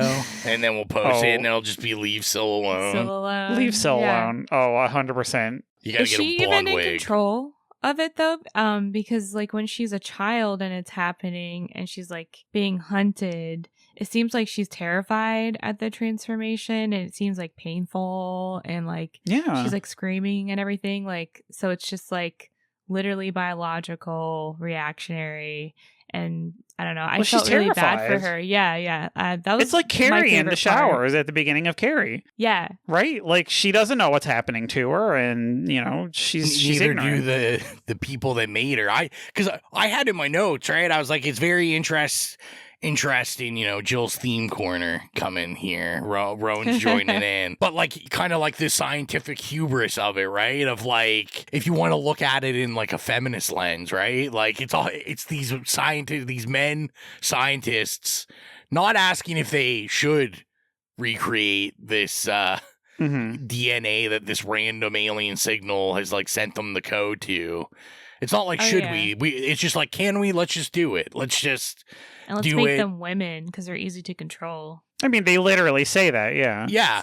But then, you know, I'm looking at it as also like this evolution, right? Like this look at evolution where Syl is, even though it's, you know, a matter of like days, right? Syl's growing up in this container. No one's like talking to her. So no one's like, Syl's not learning like morality or like, you know, they're looking at it with human traits. Like they're saying, oh, like, you know, she's killing the men that she deems not good. But to me, I'm like, oh yeah, because like you didn't raise her to have like, you know, these like thoughts of like a human being. Like she's literally, she wasn't socialized. Yeah, but she's literally like a species, any like a species surviving, and it's like there's nothing personal to what she's doing. No, to her, it's exactly. like I'm doing what I'm supposed to do. I need to reproduce. I need to reproduce. You have diabetes. I'm gonna have to kill you because you have diabetes. So I was offended. It's also like kind of got that Frankenstein vibe too, right? Yeah, because they literally created this being. You know, they didn't like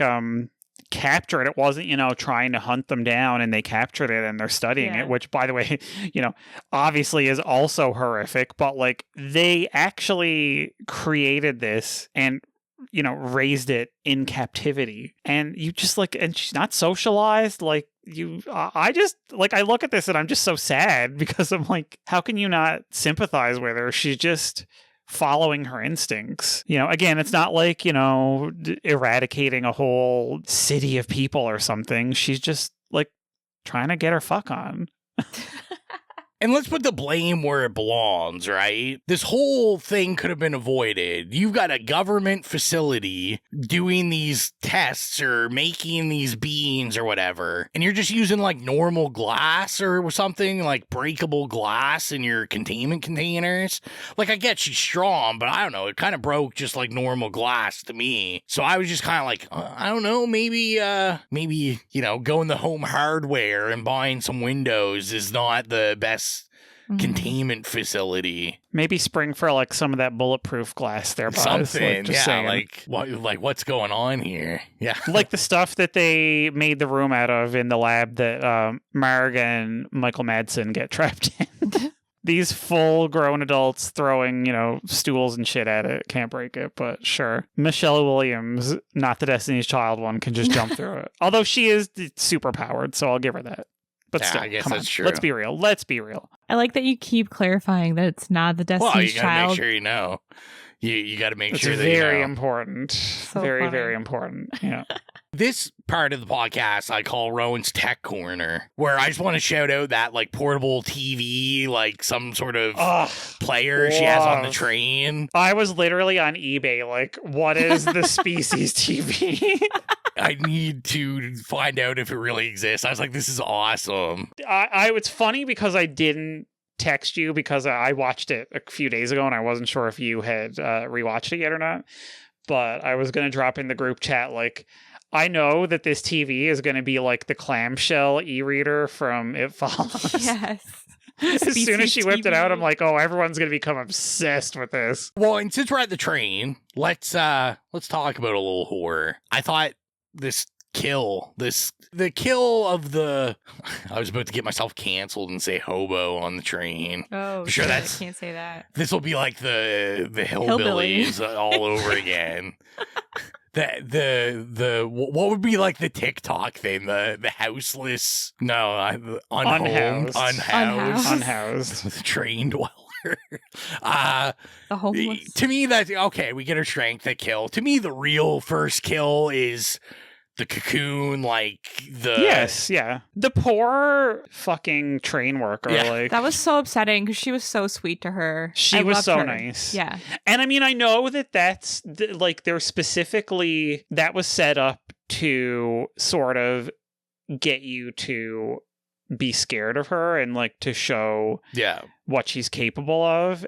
And that it doesn't matter if you're like nice to her. But again, she didn't understand. Like she didn't realize what was happening to her when she was going in the cocoon. That's just like this thing, right? Like she just unfortunately was in the wrong place at the wrong time. It looked fantastic. I was so into this. That CGI was like literally could be 2026. Yeah, I mean, listen, I have a note for the CGI. I said before, no, I don't think I said to you guys. I did say it to, I was talking to Trevor and Willow while I was watching it. And, I was talking about, I'll have the conversation on the actual podcast. I was having the conversation that not everything was meant to look through the lens of 4K. Where I was like, when they were doing 1995 CGI, they thought VHS was like as good as it gets. Maybe DVDs, there's DVD, that's the future. No one's ever going to see this in higher quality than you're seeing it now. So they're not expecting us to have 4K 100-inch televisions where we're, staring at this. But looking into this, because I was curious, I know a lot of this, there was CGI, but there was also a lot of practical work done in this movie as well. Oh, for sure. Even in that sequence, you can tell what's CGI and what's... the practical effects, by the way, are actually excellent. Yeah, it's really good, and that's almost a letdown to the movie to me, where I was like, it's stuff like when she looks in the mirror and the tentacles start coming out of her like face and stuff. And it's very, like that scene's very CGI, where I was like, oh, it's almost a shame they didn't rig up a system where these could have just been actual tentacles. Because it would have looked, like, if you can do it in the thing, you can probably do it in this. And I was just like, it would have looked so cool. And, like you said, the practical stuff looks so good that I'm like, it's almost a shame they relied on any CGI. But I get it, Jurassic Park, everyone's like, oh, we got to try our hand at this now. Oh, 100%. And it's just funny because in that particular scene, like, you get one of the most egregious offenses of CGI immediately followed by the best practical effect, which is the cocoon, right? Yeah, and the cocoon is so her gooey. going into the, like, turning into the cocoon is the worst thing in the movie, and then the cocoon is beautiful. But I just loved everything about that whole scene. It was gooey, it was gross. This is kind of like whenever we talk about aliens. This whole history of podcasts is just me repeating myself. Like, my sweet spot is so like sci-fi horror. Like it's just, that is such a sweet spot for me. And I love anything that's like different kind of aliens and like just like the evolution of Syl and the cocoon, I think is a cool idea and concept. And when Syl's coming out of it and you can kind of see her like pushing through the cocoon, and I love that stuff. I was like, this is getting me all excited. And then she pops out of the cocoon, and then you're like, all right, let's go. I was literally like, and also, she comes out with this like fucking banging body. Yeah. I did write him while I was watching this, and by him I mean other podcast me, Colton. And I said, have you seen Species yet, Colton? And he said, no, not yet. And I said, I don't know if there's been a movie this Colton coded since Leprechaun 3.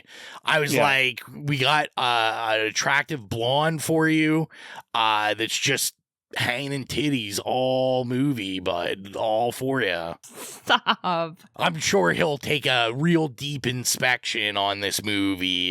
He might order the 4K and seal himself off for a little bit and report back. Dude. What's the Reddit for naked women in film called? It's probably called Naked Women in Film. r/naked. It's probably, I think it's just called r/Colton's Threads. Oh my god. It's just Colton. Oh my god. Motel guy. I couldn't put my finger on it. I was like, this motel guy looks so damn familiar. And then I found out he's in like all the Twin Peaks stuff. So Oh shit. Twin Peaks guy. Because when I saw him, I was like, man, this guy really seems like a David Lynch looking type guy. And I don't know how much of a compliment that is, but a matter of fact, he is a David Lynch type looking guy. Let's talk about the Let's talk about the first sexy kill. Where we get into the erotic thrillerness of it all, which we also didn't mention, right? Not only are we getting horror and science fiction, we're also getting like erotic thriller going on as well, which is kind of brilliant. I can't really, I mean, I'm sure there is, but can you think of any other, Mike, like famous examples of like an erotic thriller horror sci-fi like this? Like, I think this might be in a league of its own. Underworld. Yeah, but even Underworld is like very PG compared to this. Yeah.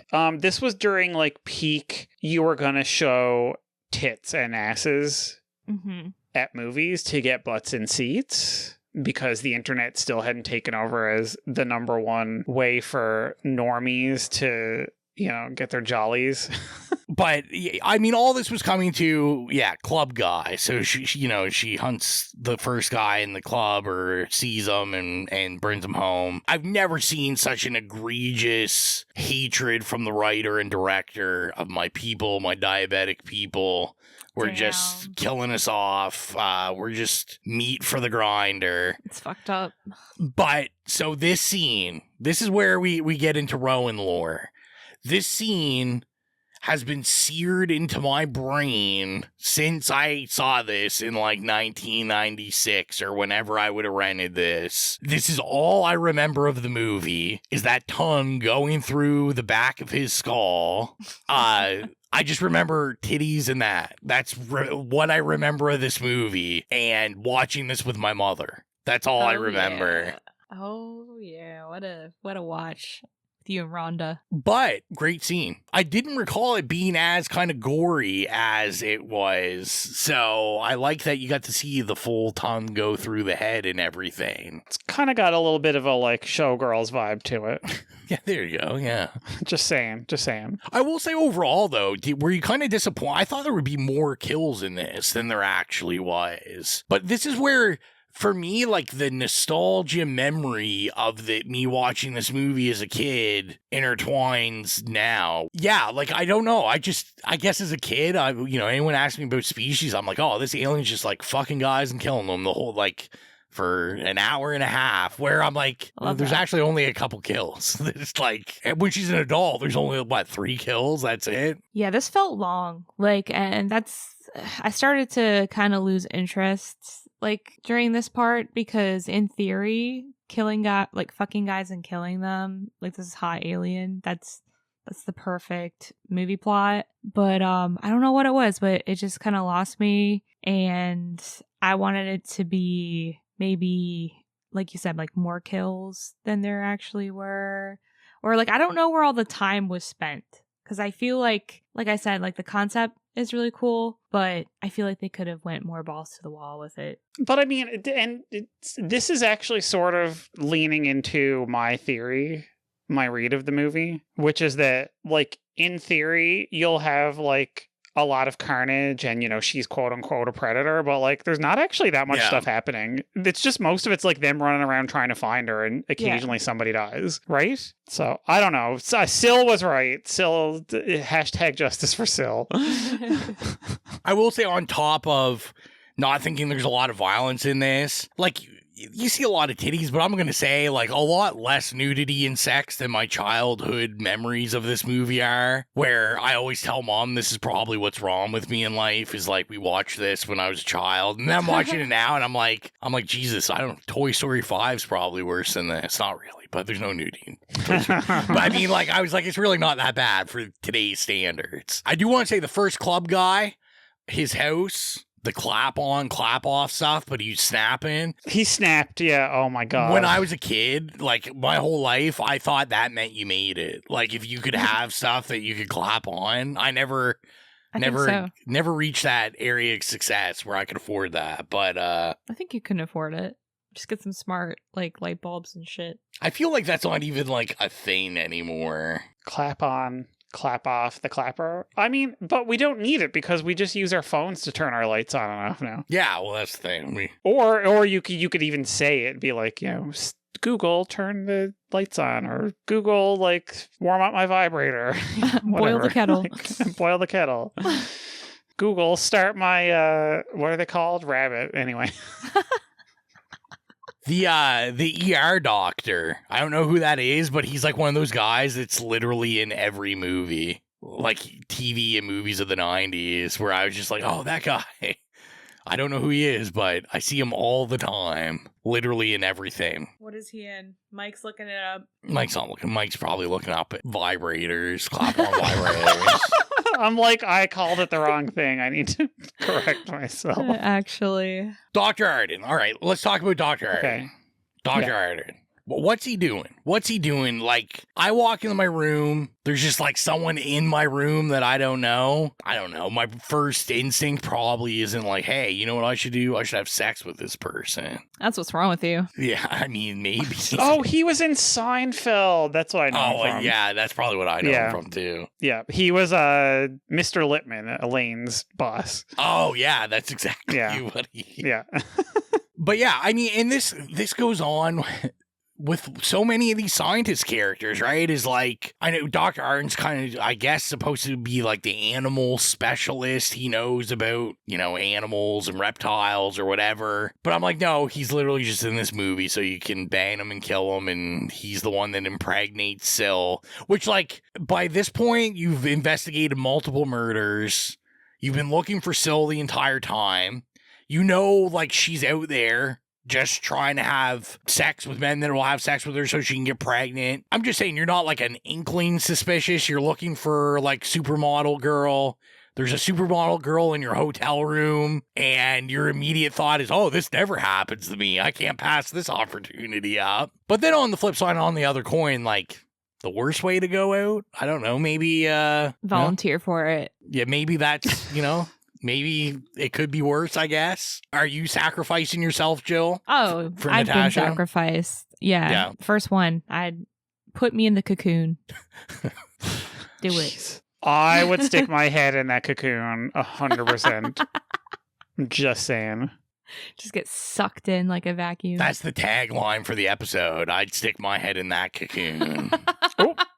One alien thing I forgot to mention, I did promise I'd say more than one time alien-esque. That weak, pathetic ending line of the movie when they kill Syl, instead of let go of her, you bitch, he says, let go of him, you motherfucker. And then shoots. Yep. I was just like, all right, like, we get it. Aliens. We stole it. We doing it. Doesn't have the same effect when it's not Sigourney Weaver. When it's not the same franchise. Like I said, I just keep going back to I wish there was more to talk about the characters, but you don't really know the characters enough. And it's a shame because I think Michael Madsen's like a very interesting actor, and I think that character, there could be a lot more interesting things to explore. For some reason, I had always thought that Syl and that character had like some sort of thing, but, apparently not. I was like, maybe that would have made it more interesting. Although, you get to see your CSI girl just waiting to get that Dawn in her mouth. Oh, she was literally on her knees. She was like, give me that D. Like, she was like, get those drawers off, mister. But, like, Syl does have the little, like, dreams and stuff about him.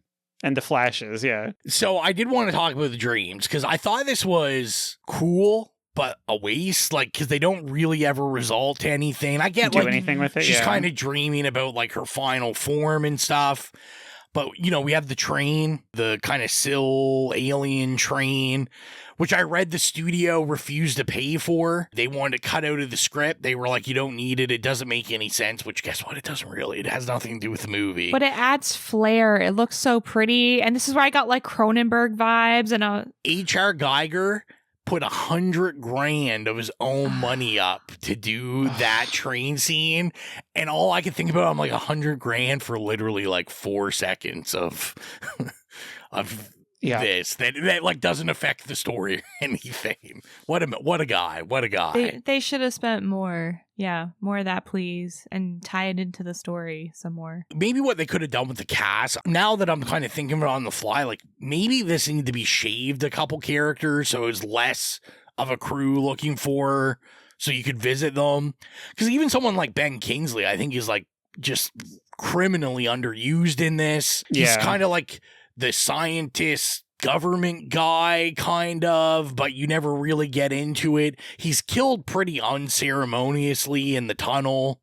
Like, Syl just kind of jumps and then you see him, you know, like missing the bottom of his jaw in the water or whatever. But like, you know, the kills aren't overly amazing, I think, other than the ton. We didn't talk about it, but like the second guy that seems like a fairly nice guy. He kind of wants to take it slow. She's not having any of that. I do like her transforming in the water, like drowning him, and then you kind of get that. This is where I kind of wish we had more Syl as an alien, because I think Syl as an alien looks pretty cool. Until the tunnel, and we decide Syl's going to entirely be CGI, which I didn't really understand. Okay, but listen, so that's what I was going to say. I mean, if you're going to, like, critique Giger for, like, you know, oh, it looks a lot like, you know, the Xenomorphs. Yeah. Obviously it does. Like, that's his style, like, naturally. But I think that he took that recognizable style and tried to twist it into something a little bit different. Yeah. And I really enjoyed the design of it. Like, when it was obviously someone in a suit and not CGI, I thought it looked really cool. And, you know, I mean, of course, the main thing is that Natasha Henstridge has banging tits, and Giger made sure that he made the banging tits, let me tell you. I did find it funny. I was like, he makes everything on Syl so alien, except for the tits. He kind of makes sure you can tell they're human. There's like, you can even see like some pink fleshiness to them. I'm like, Giger, you little horn dog, you. Oh, and those tentacle nipples. He's been reading the same books as Jill. Oh, yeah. Giger, just a match made in heaven for Jill. Yeah. Come on over. But yeah, it's really a shame because, yeah, like I said, so much of her is someone in a suit and it looks fantastic. So it's just a shame when you're getting the climax of them actually fighting Syl that it had to be like CGI. And I was like, oh, that kind of sucks. And yeah. And then obviously, you know, let's talk about children. So Syl does have the baby. I was a little disappointed. I was kind of hoping we get to see the birth more so, because I was like, I feel like you could do some, well, I was like, you could do like some gnarly stuff, some cool effects. The split second we did see was pretty gnarly, though. And that's why I was like, oh, it kind of sucks we didn't get to see something just disgusting and like awesome. But yeah, and then Syl has the kid, because like every good 90s horror movie, we have to make sure that we can do some spin-offs. Naturally. Now, I will say, as someone, as I said, that doesn't remember anything about this movie, I did not remember that the kid ends up actually as a rat, because they kill the kid body and then the rat is like actually the kid or whatever. Yeah, so in the theme corner, this is their social commentary, basically saying that children are rats. Children are rats. Okay. Legit. They need to be exterminated. That's the theme. Yeah. Rose just scurried past on the screen, by the way. Yeah. Hilariously. Speaking of rats, here she comes scurrying. I'm kidding. We love her. So, like, yeah, how did you guys feel about the ending, I guess, as a whole, like, as this climax? I had noted that I thought it was a little lackluster. Like, I was like, there's no real tension. It just kind of seems like they're like, hey, this movie is an hour and 47 minutes now. We need to flamethrow these guys and just wrap it up. Like, there's no, I feel like the battles, like, there's no real battle with Syl. Like, no. It's just kind of like, there's Syl, get her, and then they just kill her. Yeah. Yeah, and it's funny because earlier in the movie, they, you know, one of the reasons why it was so pressing to get to her before she procreated is they're like, she could lay, you know, hundreds of eggs or whatever. And she just has one kid. Yeah. You know, apparently. That's all you need. But again, I also thought it's like, hey, listen, again, this is just some chick trying to get some dick and have a baby. Like, it's let her have her baby. It's anticlimactic because it's just a girl. She's just a girl in this world. That's all that you'll let her be. It's like the humans are the real monsters. Almost like that. We're almost there. They almost figured it out. They got so close. We're so close. So close, yet so far. The only other real note I had that I just thought was like kind of interesting and, shows you why there was a multiple multiple sequels to this movie. I just thought it was crazy that $35 million budget and it made $113 million in the theater. Yeah. This was like a hit in the theater. Oh, dang. It was.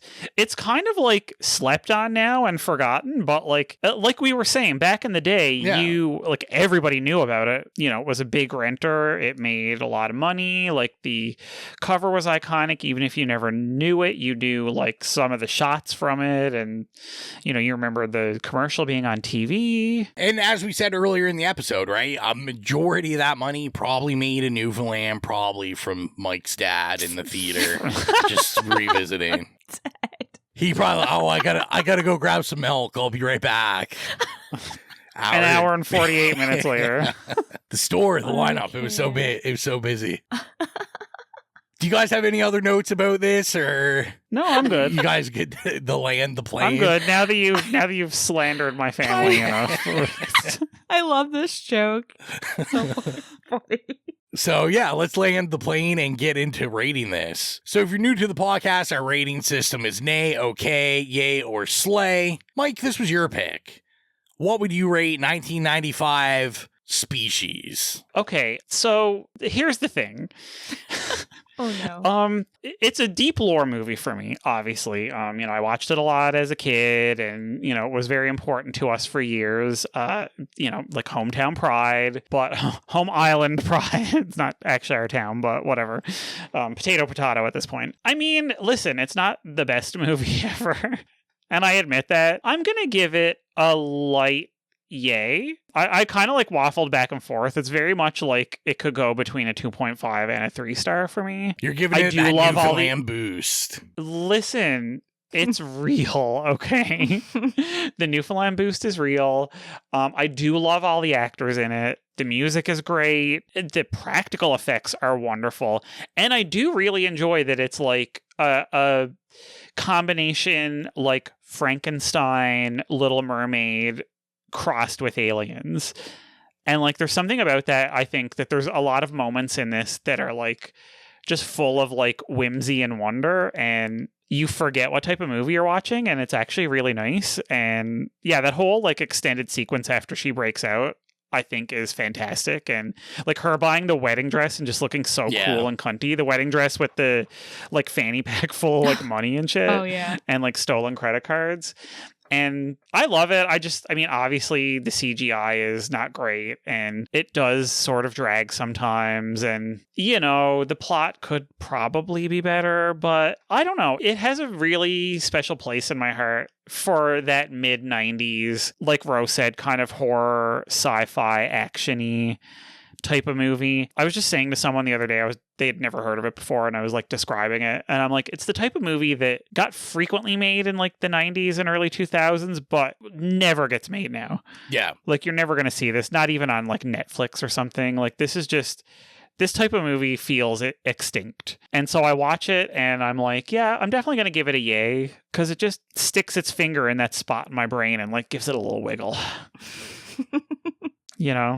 Like when she cracks open her skull in Dead End and just throwback to like 4 Christmases ago. Ro, what would you rate it? Yeah, so like I said, I couldn't remember anything about this movie, so it was almost like watching it anew. But I just knew about my feelings of seeing this with my mother and always joking with my mother about this and stuff like that. It's just like a deep Rowan lore movie for me.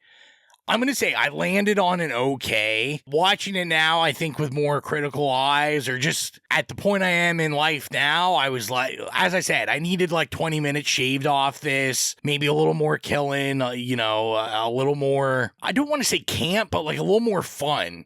This needed like a little more fun injected into it. I think it obviously plays itself very serious. I think it was shorter, and even if it played itself serious to the point that it was funny, then I think that could have made this even better. But yeah, I'm going to land on an okay. It's something I can't say I'll probably revisit like super soon, but I could see if someone hadn't seen this, like, it's definitely a relic, as you said, Mike, from the 90s that, like, this type of movie just wouldn't get made. So yeah, we might see something way worse on Tubi or something, me and Jill. Oh, 1,000%, yeah.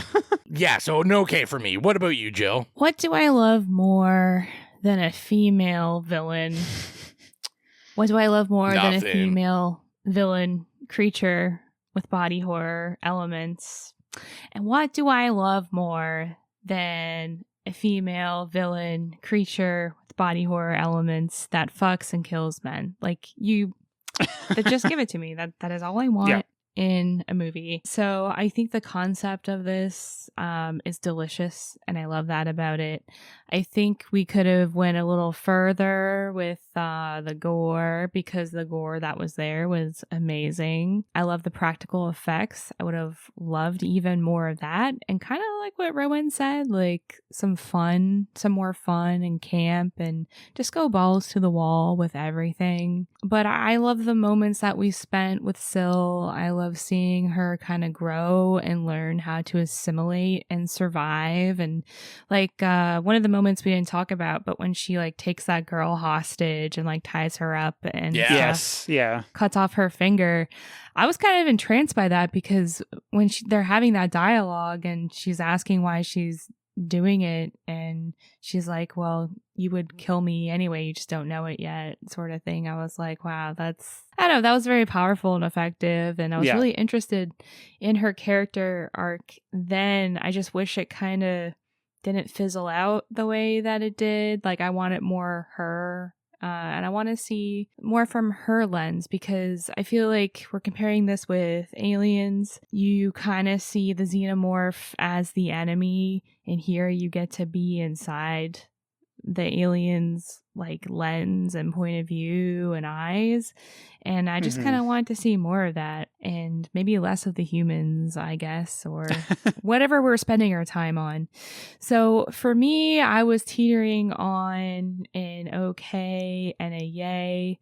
I think I'd land on okay, but I am going to give it the old Newfoundland boost, so it's going to be a yay, because I also have immense pride for Natasha Henstridge. I just watched Ghosts of Mars the other day, and she's so good. Yeah, I just felt, I was like, damn, she's hot. She's like owning it. Like, she's very, I don't know, commanding of your attention when she's on the screen. So I don't know. I really love her. I love seeing her in this movie as well. I think like the poster and just like the images of this with the green are really iconic, and it'll be a yay from me. Right on. So we got just two Patriots on the podcast here. The patriotism is strong. Yeah. 2 yays and an okay for Species. So we told you what we thought, and we asked you what you thought, and we did have a couple answers in. So Horror Hound Young James wrote in and said, great alien porno. Outside of it, Species is a fun movie to watch, despite the weak script writing and dated special effects. I give it a strong okay. I mean, I think that's reasonable, yeah. That's totally fair, I know what you're saying. Mm-hmm. Horror Hound Holly P wrote in and said, the wedding dress outfit that Syl buys is so iconic. Yeah, love it. I badly want to recreate this. Okay, Holly, I need that to be your Halloween costume this year. Yeah, and I need pictures. And in capital letters, she said yay. So, nice. Fellow patriot with you there. Yeah. Then we had Scared Gay Podcast write in and said, it overwhelmed me as a child. Loved the spine scene in the club bathroom. Underrated. Yeah, I mean, that's a death we didn't even talk about, killing the girl in the club bathroom, which was definitely crazy. Quinstagram 1990 wrote and said, it's the horniest movie ever. And that is what they said. Yeah, I mean, I'm not going to argue with them there. I think 100%, you're not wrong. It's pretty horny. Although we were sitting there arguing that it could be hornier, really. It's no Bram Stoker's Dracula, but that's the horniest movie of all time. So that's Exactly. not fair. Not a fair comparison. Yeah, I mean, I guess that's also true. Now, I should say, and I felt bad. I should also say, you know, I said James Quinn. That's OG James. So, Whorehound also. They write in. They know what's up. So with that, I thought instead of going right in the horrific hotline, we did have a question come in because, of course, friend of the podcast, Willow, likes to ask us questions just to stump us. Yeah, this is what she does. So she wrote in and wanted to know. She said, in honor of Natasha, list your top 5 Atlantic Canada icons. Okay, I got one. This it. might be Newfoundland kind of based. But you remember Central Dairies had a mascot, and it's an old man, and his name is Whitey. Do you guys know what I'm talking about? I'm like very stumped right now. He was an icon for me. We get these little books, and it'd be like Where's Waldo, but you'd be looking for Whitey in like a beach picture. That sounds problematic. I'm not gonna lie. You guys don't know Whitey? What the fuck? I've never heard of that. I am not lying. Central Dairies. We don't see in Nova Scotia. We don't have Central Dairies, so yeah, I'm lost. I'm sorry. I'm just telling you straight up, Willow. There's no way I can name 5 Atlantic Canadian icons. Elliot Page. Mike's my Atlantic Canada icon. He's everybody's Atlantic Canada. I'm adding my my boy Alan Hocko. He's my Canadian icon. Republic of Doyle for life. Oh my god, you're such a dirtbag. I love you. So I have 5 Atlantic Canadian icons that I love and adore. They're my top 5. So obviously Natasha Henstridge is up there. Love her. She's in several, you know, iconic horror movies. We love her. You said Elliot Page earlier. Elliot Page also one of mine. Love him. You know, again, Scream King, like, is iconic. Shannon Tweed, another hometown girl. I was going to say that also. Yeah, I grew Family up Jewels. watching. Yeah, I grew up watching her fucking erotic thrillers. I spent so much of my allowance when I was a kid renting these fucking titty movies, which is so funny considering how it turned out. Yeah, it's like I really was watching them for the plot. So she is obviously one of my favorite. I love her so much. Mm-hmm.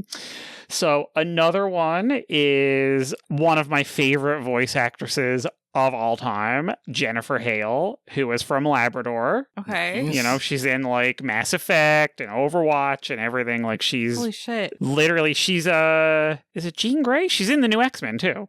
Oh, nice. Yeah. She's Jean Grey in the new X-Men. Like Jennifer Hale is like a voice acting legend, and she's from fucking Labrador, which is so cool. She's extremely like the definition of iconic. And my last one is a singer, and it is the one, the only Sarah McLachlan from Nova Scotia. Miss Lilith Fair herself. I was literally just listening to Sarah McLachlan yesterday, so I had to throw her on there. Hell yeah. I do have a couple. Okay. So, Alan Hocko, obviously. I'll always appreciate our Twitter battles. I appreciate the king. Gordon Pinsett, my favorite documentary voice. He did like one of my favorite documentaries is about monarch butterflies, which I saw at the Geo Center in Newfoundland, and I bought the 4K of it and stuff, and he does the voiceover for that. But like, icon. Also, he's Babar. And then last but not least, someone we've talked about on the podcast before, born in St. John, New Brunswick, Donald Sutherland. Oh, that's right. Yeah. I always forget the Sutherlands. Yeah. So, yeah, that's my list. I mean, at least we managed to get slightly more than 5 between the three of us. Theodore the Tugboat. R.I.P. Girl. R.I.P. R.I.P. Theodore. Girl. Yeah. What about Big Stick? Yes. All right, so you know Big Stick, but you don't know fucking Whitey from Central Dairies. Okay, so for the uninitiated, there's a like bologna making company in Newfoundland. And, they sell the giant, you can't even call it a stick. Because it's like a hunk. It's a tube of bologna, big, massive one that's the size of a small dog. They have a little mascot that's called the Big Stick. And it's a giant dick-shaped piece of bologna with arms and legs and eyes. And it's pink and it's Big Stick, and so Big Stick is very iconic, very much alike. It's very iconic and very extremely sexual. With that, thanks to everybody writing in. Thanks, Willow, for stumping us. I'm sure I'll edit this so it really gets cut down, but we probably thought longer and harder and took more time to come up with our tiny list of famous Atlantic Canadians than probably we want to admit. But we're going to go over to the horrific hotline where we have not one, but 2 calls today. So we're going to start with Horror Hound Nicholas and see what he has to say. Okay, after having rewatched Species now for the first time in over 10 years, I have to say it is definitely neither as sexy nor as trashy as I A, remember it to be, and B, expected it to be by the premise. Bring back the trash. It is overall still somewhat fun to watch. There are some good gory moments, and you have, several familiar faces in this movie, which is nice to see. However, it just didn't really land well for me. Or to put it differently, this is definitely not the good H.R. Geiger designed alien that is focused on reproduction. I think the costume of the alien, while in some places practical, looks a bit, I don't know, not really all that scary. Overall, the movie is not really all that scary. It is not really as sexy as I thought and remembered it to be. The acting is Nicholas trying to get his boner on. Editing is also not really. He said, "Bring back horny movies." Well, it's gonna be an okay from me, which is a bit sad because I was half expecting this, somewhat trashy, but in its trashiness, really cool movie, and this didn't land for me, especially considering that there are a few hints of ideas of the alien or alien-human hybrid or whatever it is, trying to figure out what she is exactly and where she fits in. And I think you could have done way more with that. Yeah. Instead, we got what we got, which I think in your teenage years is a great movie. And if you rewatch it... Or if your mind's dead. Cannot hold that up. How dare you? I think if you want to get the full sexiness experience from the 90s, go watch Basic Instinct. And if you want to have an alien slasher, watch The Faculty. Yes. And those two combined is probably a better double feature than this movie on its own. I could not agree more. Those are two, it's not too bad. I think I'm sounding rather negative. I still had a somewhat fun time watching it. So it's gonna land on an okay for me. Not the yay I hoped for. He needs the Newfie boost. Yeah, we got the hometown boost. Yeah. A little buff there. Nicholas was really worried because in his email when he sent that over, he said that he was really hoping that this wasn't going to become a Blair Witch situation where we were going to immediately pick Species 2. Because he said he's never seen any of the other ones, but he heard they're not very good. Okay. And then he was like, hopefully, this isn't the case. Well, that's my pick. Species 2. Oh, gee, yeah, Nicholas, okay, first of all, I saw Species 2 in theaters with my best friend and our mom because we used to go see every movie in theaters together. And not my dad. He was not present. And it was, I was a kid, but I loved it. I've never seen the third one, though. Yeah, he did ask me if we had seen, if any of us had seen the other ones. I haven't seen any of the other ones. I own them. I've never actually sat down and watched them. But, yeah, so we have a second voicemail this evening. I made promises to the listeners, And you know what? I like to come through with my promises. So we'll let them introduce themselves. So let's take a listen. Hello, horror hounds. It's Rowan's mom. It's Rhonda. I'm dropping in this time to talk about, I don't even know that I'm going to name the movie. I am hearing that there is an assertion being made by my son that perhaps he was viewing some inappropriate material, okay, I'm talking about the movie Species, when he was at a tender young age. Now, I love Rowan. You all love Rowan too, but Rowan can talk a lot. And when he was little, she gagged you more than he talks now. So sometimes I'd rent a movie and, you know, on the cover, if it has an alien, I'm assuming it's an alien movie. And when we put the movie on, I may have a little nap from time to time and not really fully realizing perhaps the content of the film. The upside to this is that because of times like that, Rowan is now one of your all-time favorite podcasters, knowing all he knows about horror movies. So that might actually make me Mother of the Year. I don't know. Spin it however you want. But trying to turn this into a positive for her. Reviewing Species, and I deny that he was that young when he watched it. But honestly, I don't even really remember renting it for him. All right, enjoy. That's so cute. She really said, I am responsible for your life, Rowan. For being cool. She's your mother, and she's right. Yeah, I'll agree with her. Yeah, without her, I just wouldn't know the amazingness of Species, I guess. That's kind of sad, though, right? When your parent just admits that you're watching a movie and talking to her, and really she's just asleep and not listening whatsoever. Just going, all your memories where you're like really bonding with your mom. Honestly, I respect her admitting that. Well, you talked a lot. She was tired. Oh, jeez, I'm being read hard. So if you want to send a voicemail in like Nicholas and my mother, you can do so by sending it to itslayespodcast@gmail.com, or just send it to us by any social media. Any way you can get a voice note or however you want to record it, you get it to us.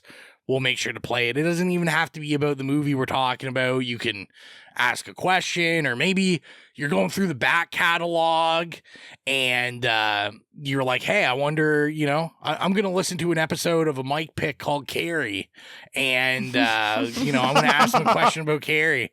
You could ask that, and then Jill could answer it and pretend she was really excited that she was going to possibly get to watch it, and then had it taken away from her. Mm-hmm. Just like that. Yeah. Also, if you're not doing so, you can follow us on social media at It Slays Podcast. Pretty much anywhere on social media. We're on Facebook, Instagram, Slasher, Tumblr, Letterboxd, YouTube, Bluesky, Threads. I don't know. Anywhere there is social media, we are there. Jill, why don't you let people know how they can sign up on the Patreon, how they can become wonderful horror hounds, and the sweet things they can get. If you'd like to join the ranks of our horror hounds like Holly, Nicholas, Sacrotype, Dan, Brian, Trevor, James, Philip, and James, head on over to Patreon/It/Slays/Podcast and check out the tier that works best for you. Benefits include early access to episodes and access to our Patreon exclusive show, Stream Screams. I believe we're starting to think about other movies that our patrons can pick, and that's a perk too. You can choose a movie for us to review. Yeah, and I was going to say too, if you're on the higher level, if you're on the Horror Hound level, everyone, they'll be arriving in the mail, but I've been sending everyone shirts. Oh. Just as a thank you. So I think Holly already got hers just the other week. So kind of expect, I had to order some more because I ran out, but as I got an email like literally yesterday that said they're ready, come pick them up. So everybody on Patreon that is a whorehound, we've got shirts for you that are sent out in the mail. They all know that because I reached out to them for their addresses and stuff. And so, yeah, another perk. You get a free shirt. So there you go. Isn't that cool? Well, Holly will need to take a picture of her shirt. Yeah, for sure. Yeah, love to see it. We might already have Aliens score on the spooky playlist, but are you going to add any Species music? Yeah, I might. It, Rowan? I might have to because, like I said, I thought the score was a little bit of a underdog banger going on here. I thought it was a very serviceable sci-fi horror score. So you can see if I add it on Spotify by going to Spotify, going to the It Slays Podcast Horrific playlist. If they have any problems finding it, you can go to any of the social media that I just mentioned moments ago, go into the bio, click the Linktree link, and there's a button that will take you directly there. We upload scores or licensed music from iconic horror movies we review, or just horror movies we love. We update it regularly, so follow it and get your spooky music on, because why the hell not? One thing I have to left to promote, there is a new TerraVision going on in August. When this comes out, it should already be announced, so I might as well do the blurb here now. August 19th, it's a Wednesday. They're always on Wednesday. Come down, doors open 6:30. End your summer off right. I'm so excited for this, and the giveaways are going to be awesome. I extra special for this one. TerraVision is doing a showing of The Lost Boys. Ooh. So, fuck. Yeah, and I am going not in hand with just prizes, but Rhonda Fraser is definitely also coming. That's some Rhonda Fraser lore. I remember her. She had the cassette tape, the soundtrack on cassette tape, and I think CD also. One of the greatest soundtracks of all time. Yeah, just iconic. So yeah, be there, and it's going to be a great time. Tickets, I think, are usually about $18. You can buy them. Just go to TerraVision, any of their social media, and we'll post links to it in our stories and stuff. And yeah, be there. Come say hi to me. I always like when people say hi. And I'm awkward, but trust me, I like it when you say hi. I'll be like, hey. And yeah, come check it out. So all that is left is to announce our next episode. And if you only knew how much of a shit show it was to decide who was picking this, because we didn't think Jill was going to be here. So I had Mike prep to do another pick. At one point, I thought I had to do a pick. I mean, we were getting to the point where we might just ask a stranger what to pick. Name a horror movie. That's right. But we've locked it down. Jill will be picking. Jill, what do you have us watching? Well, everyone's in for a treat. So me, longtime hater of Joggist, thinking, maybe I'm going to turn it around. Maybe Joggist isn't that bad. Maybe we continue the bridge to the pathway to Joggist. From Species, a creature feature, to the creature feature of 1981, An American Werewolf in London. We're done, Ginger Snaps, but doesn't mean we're done with werewolves. Go watch it.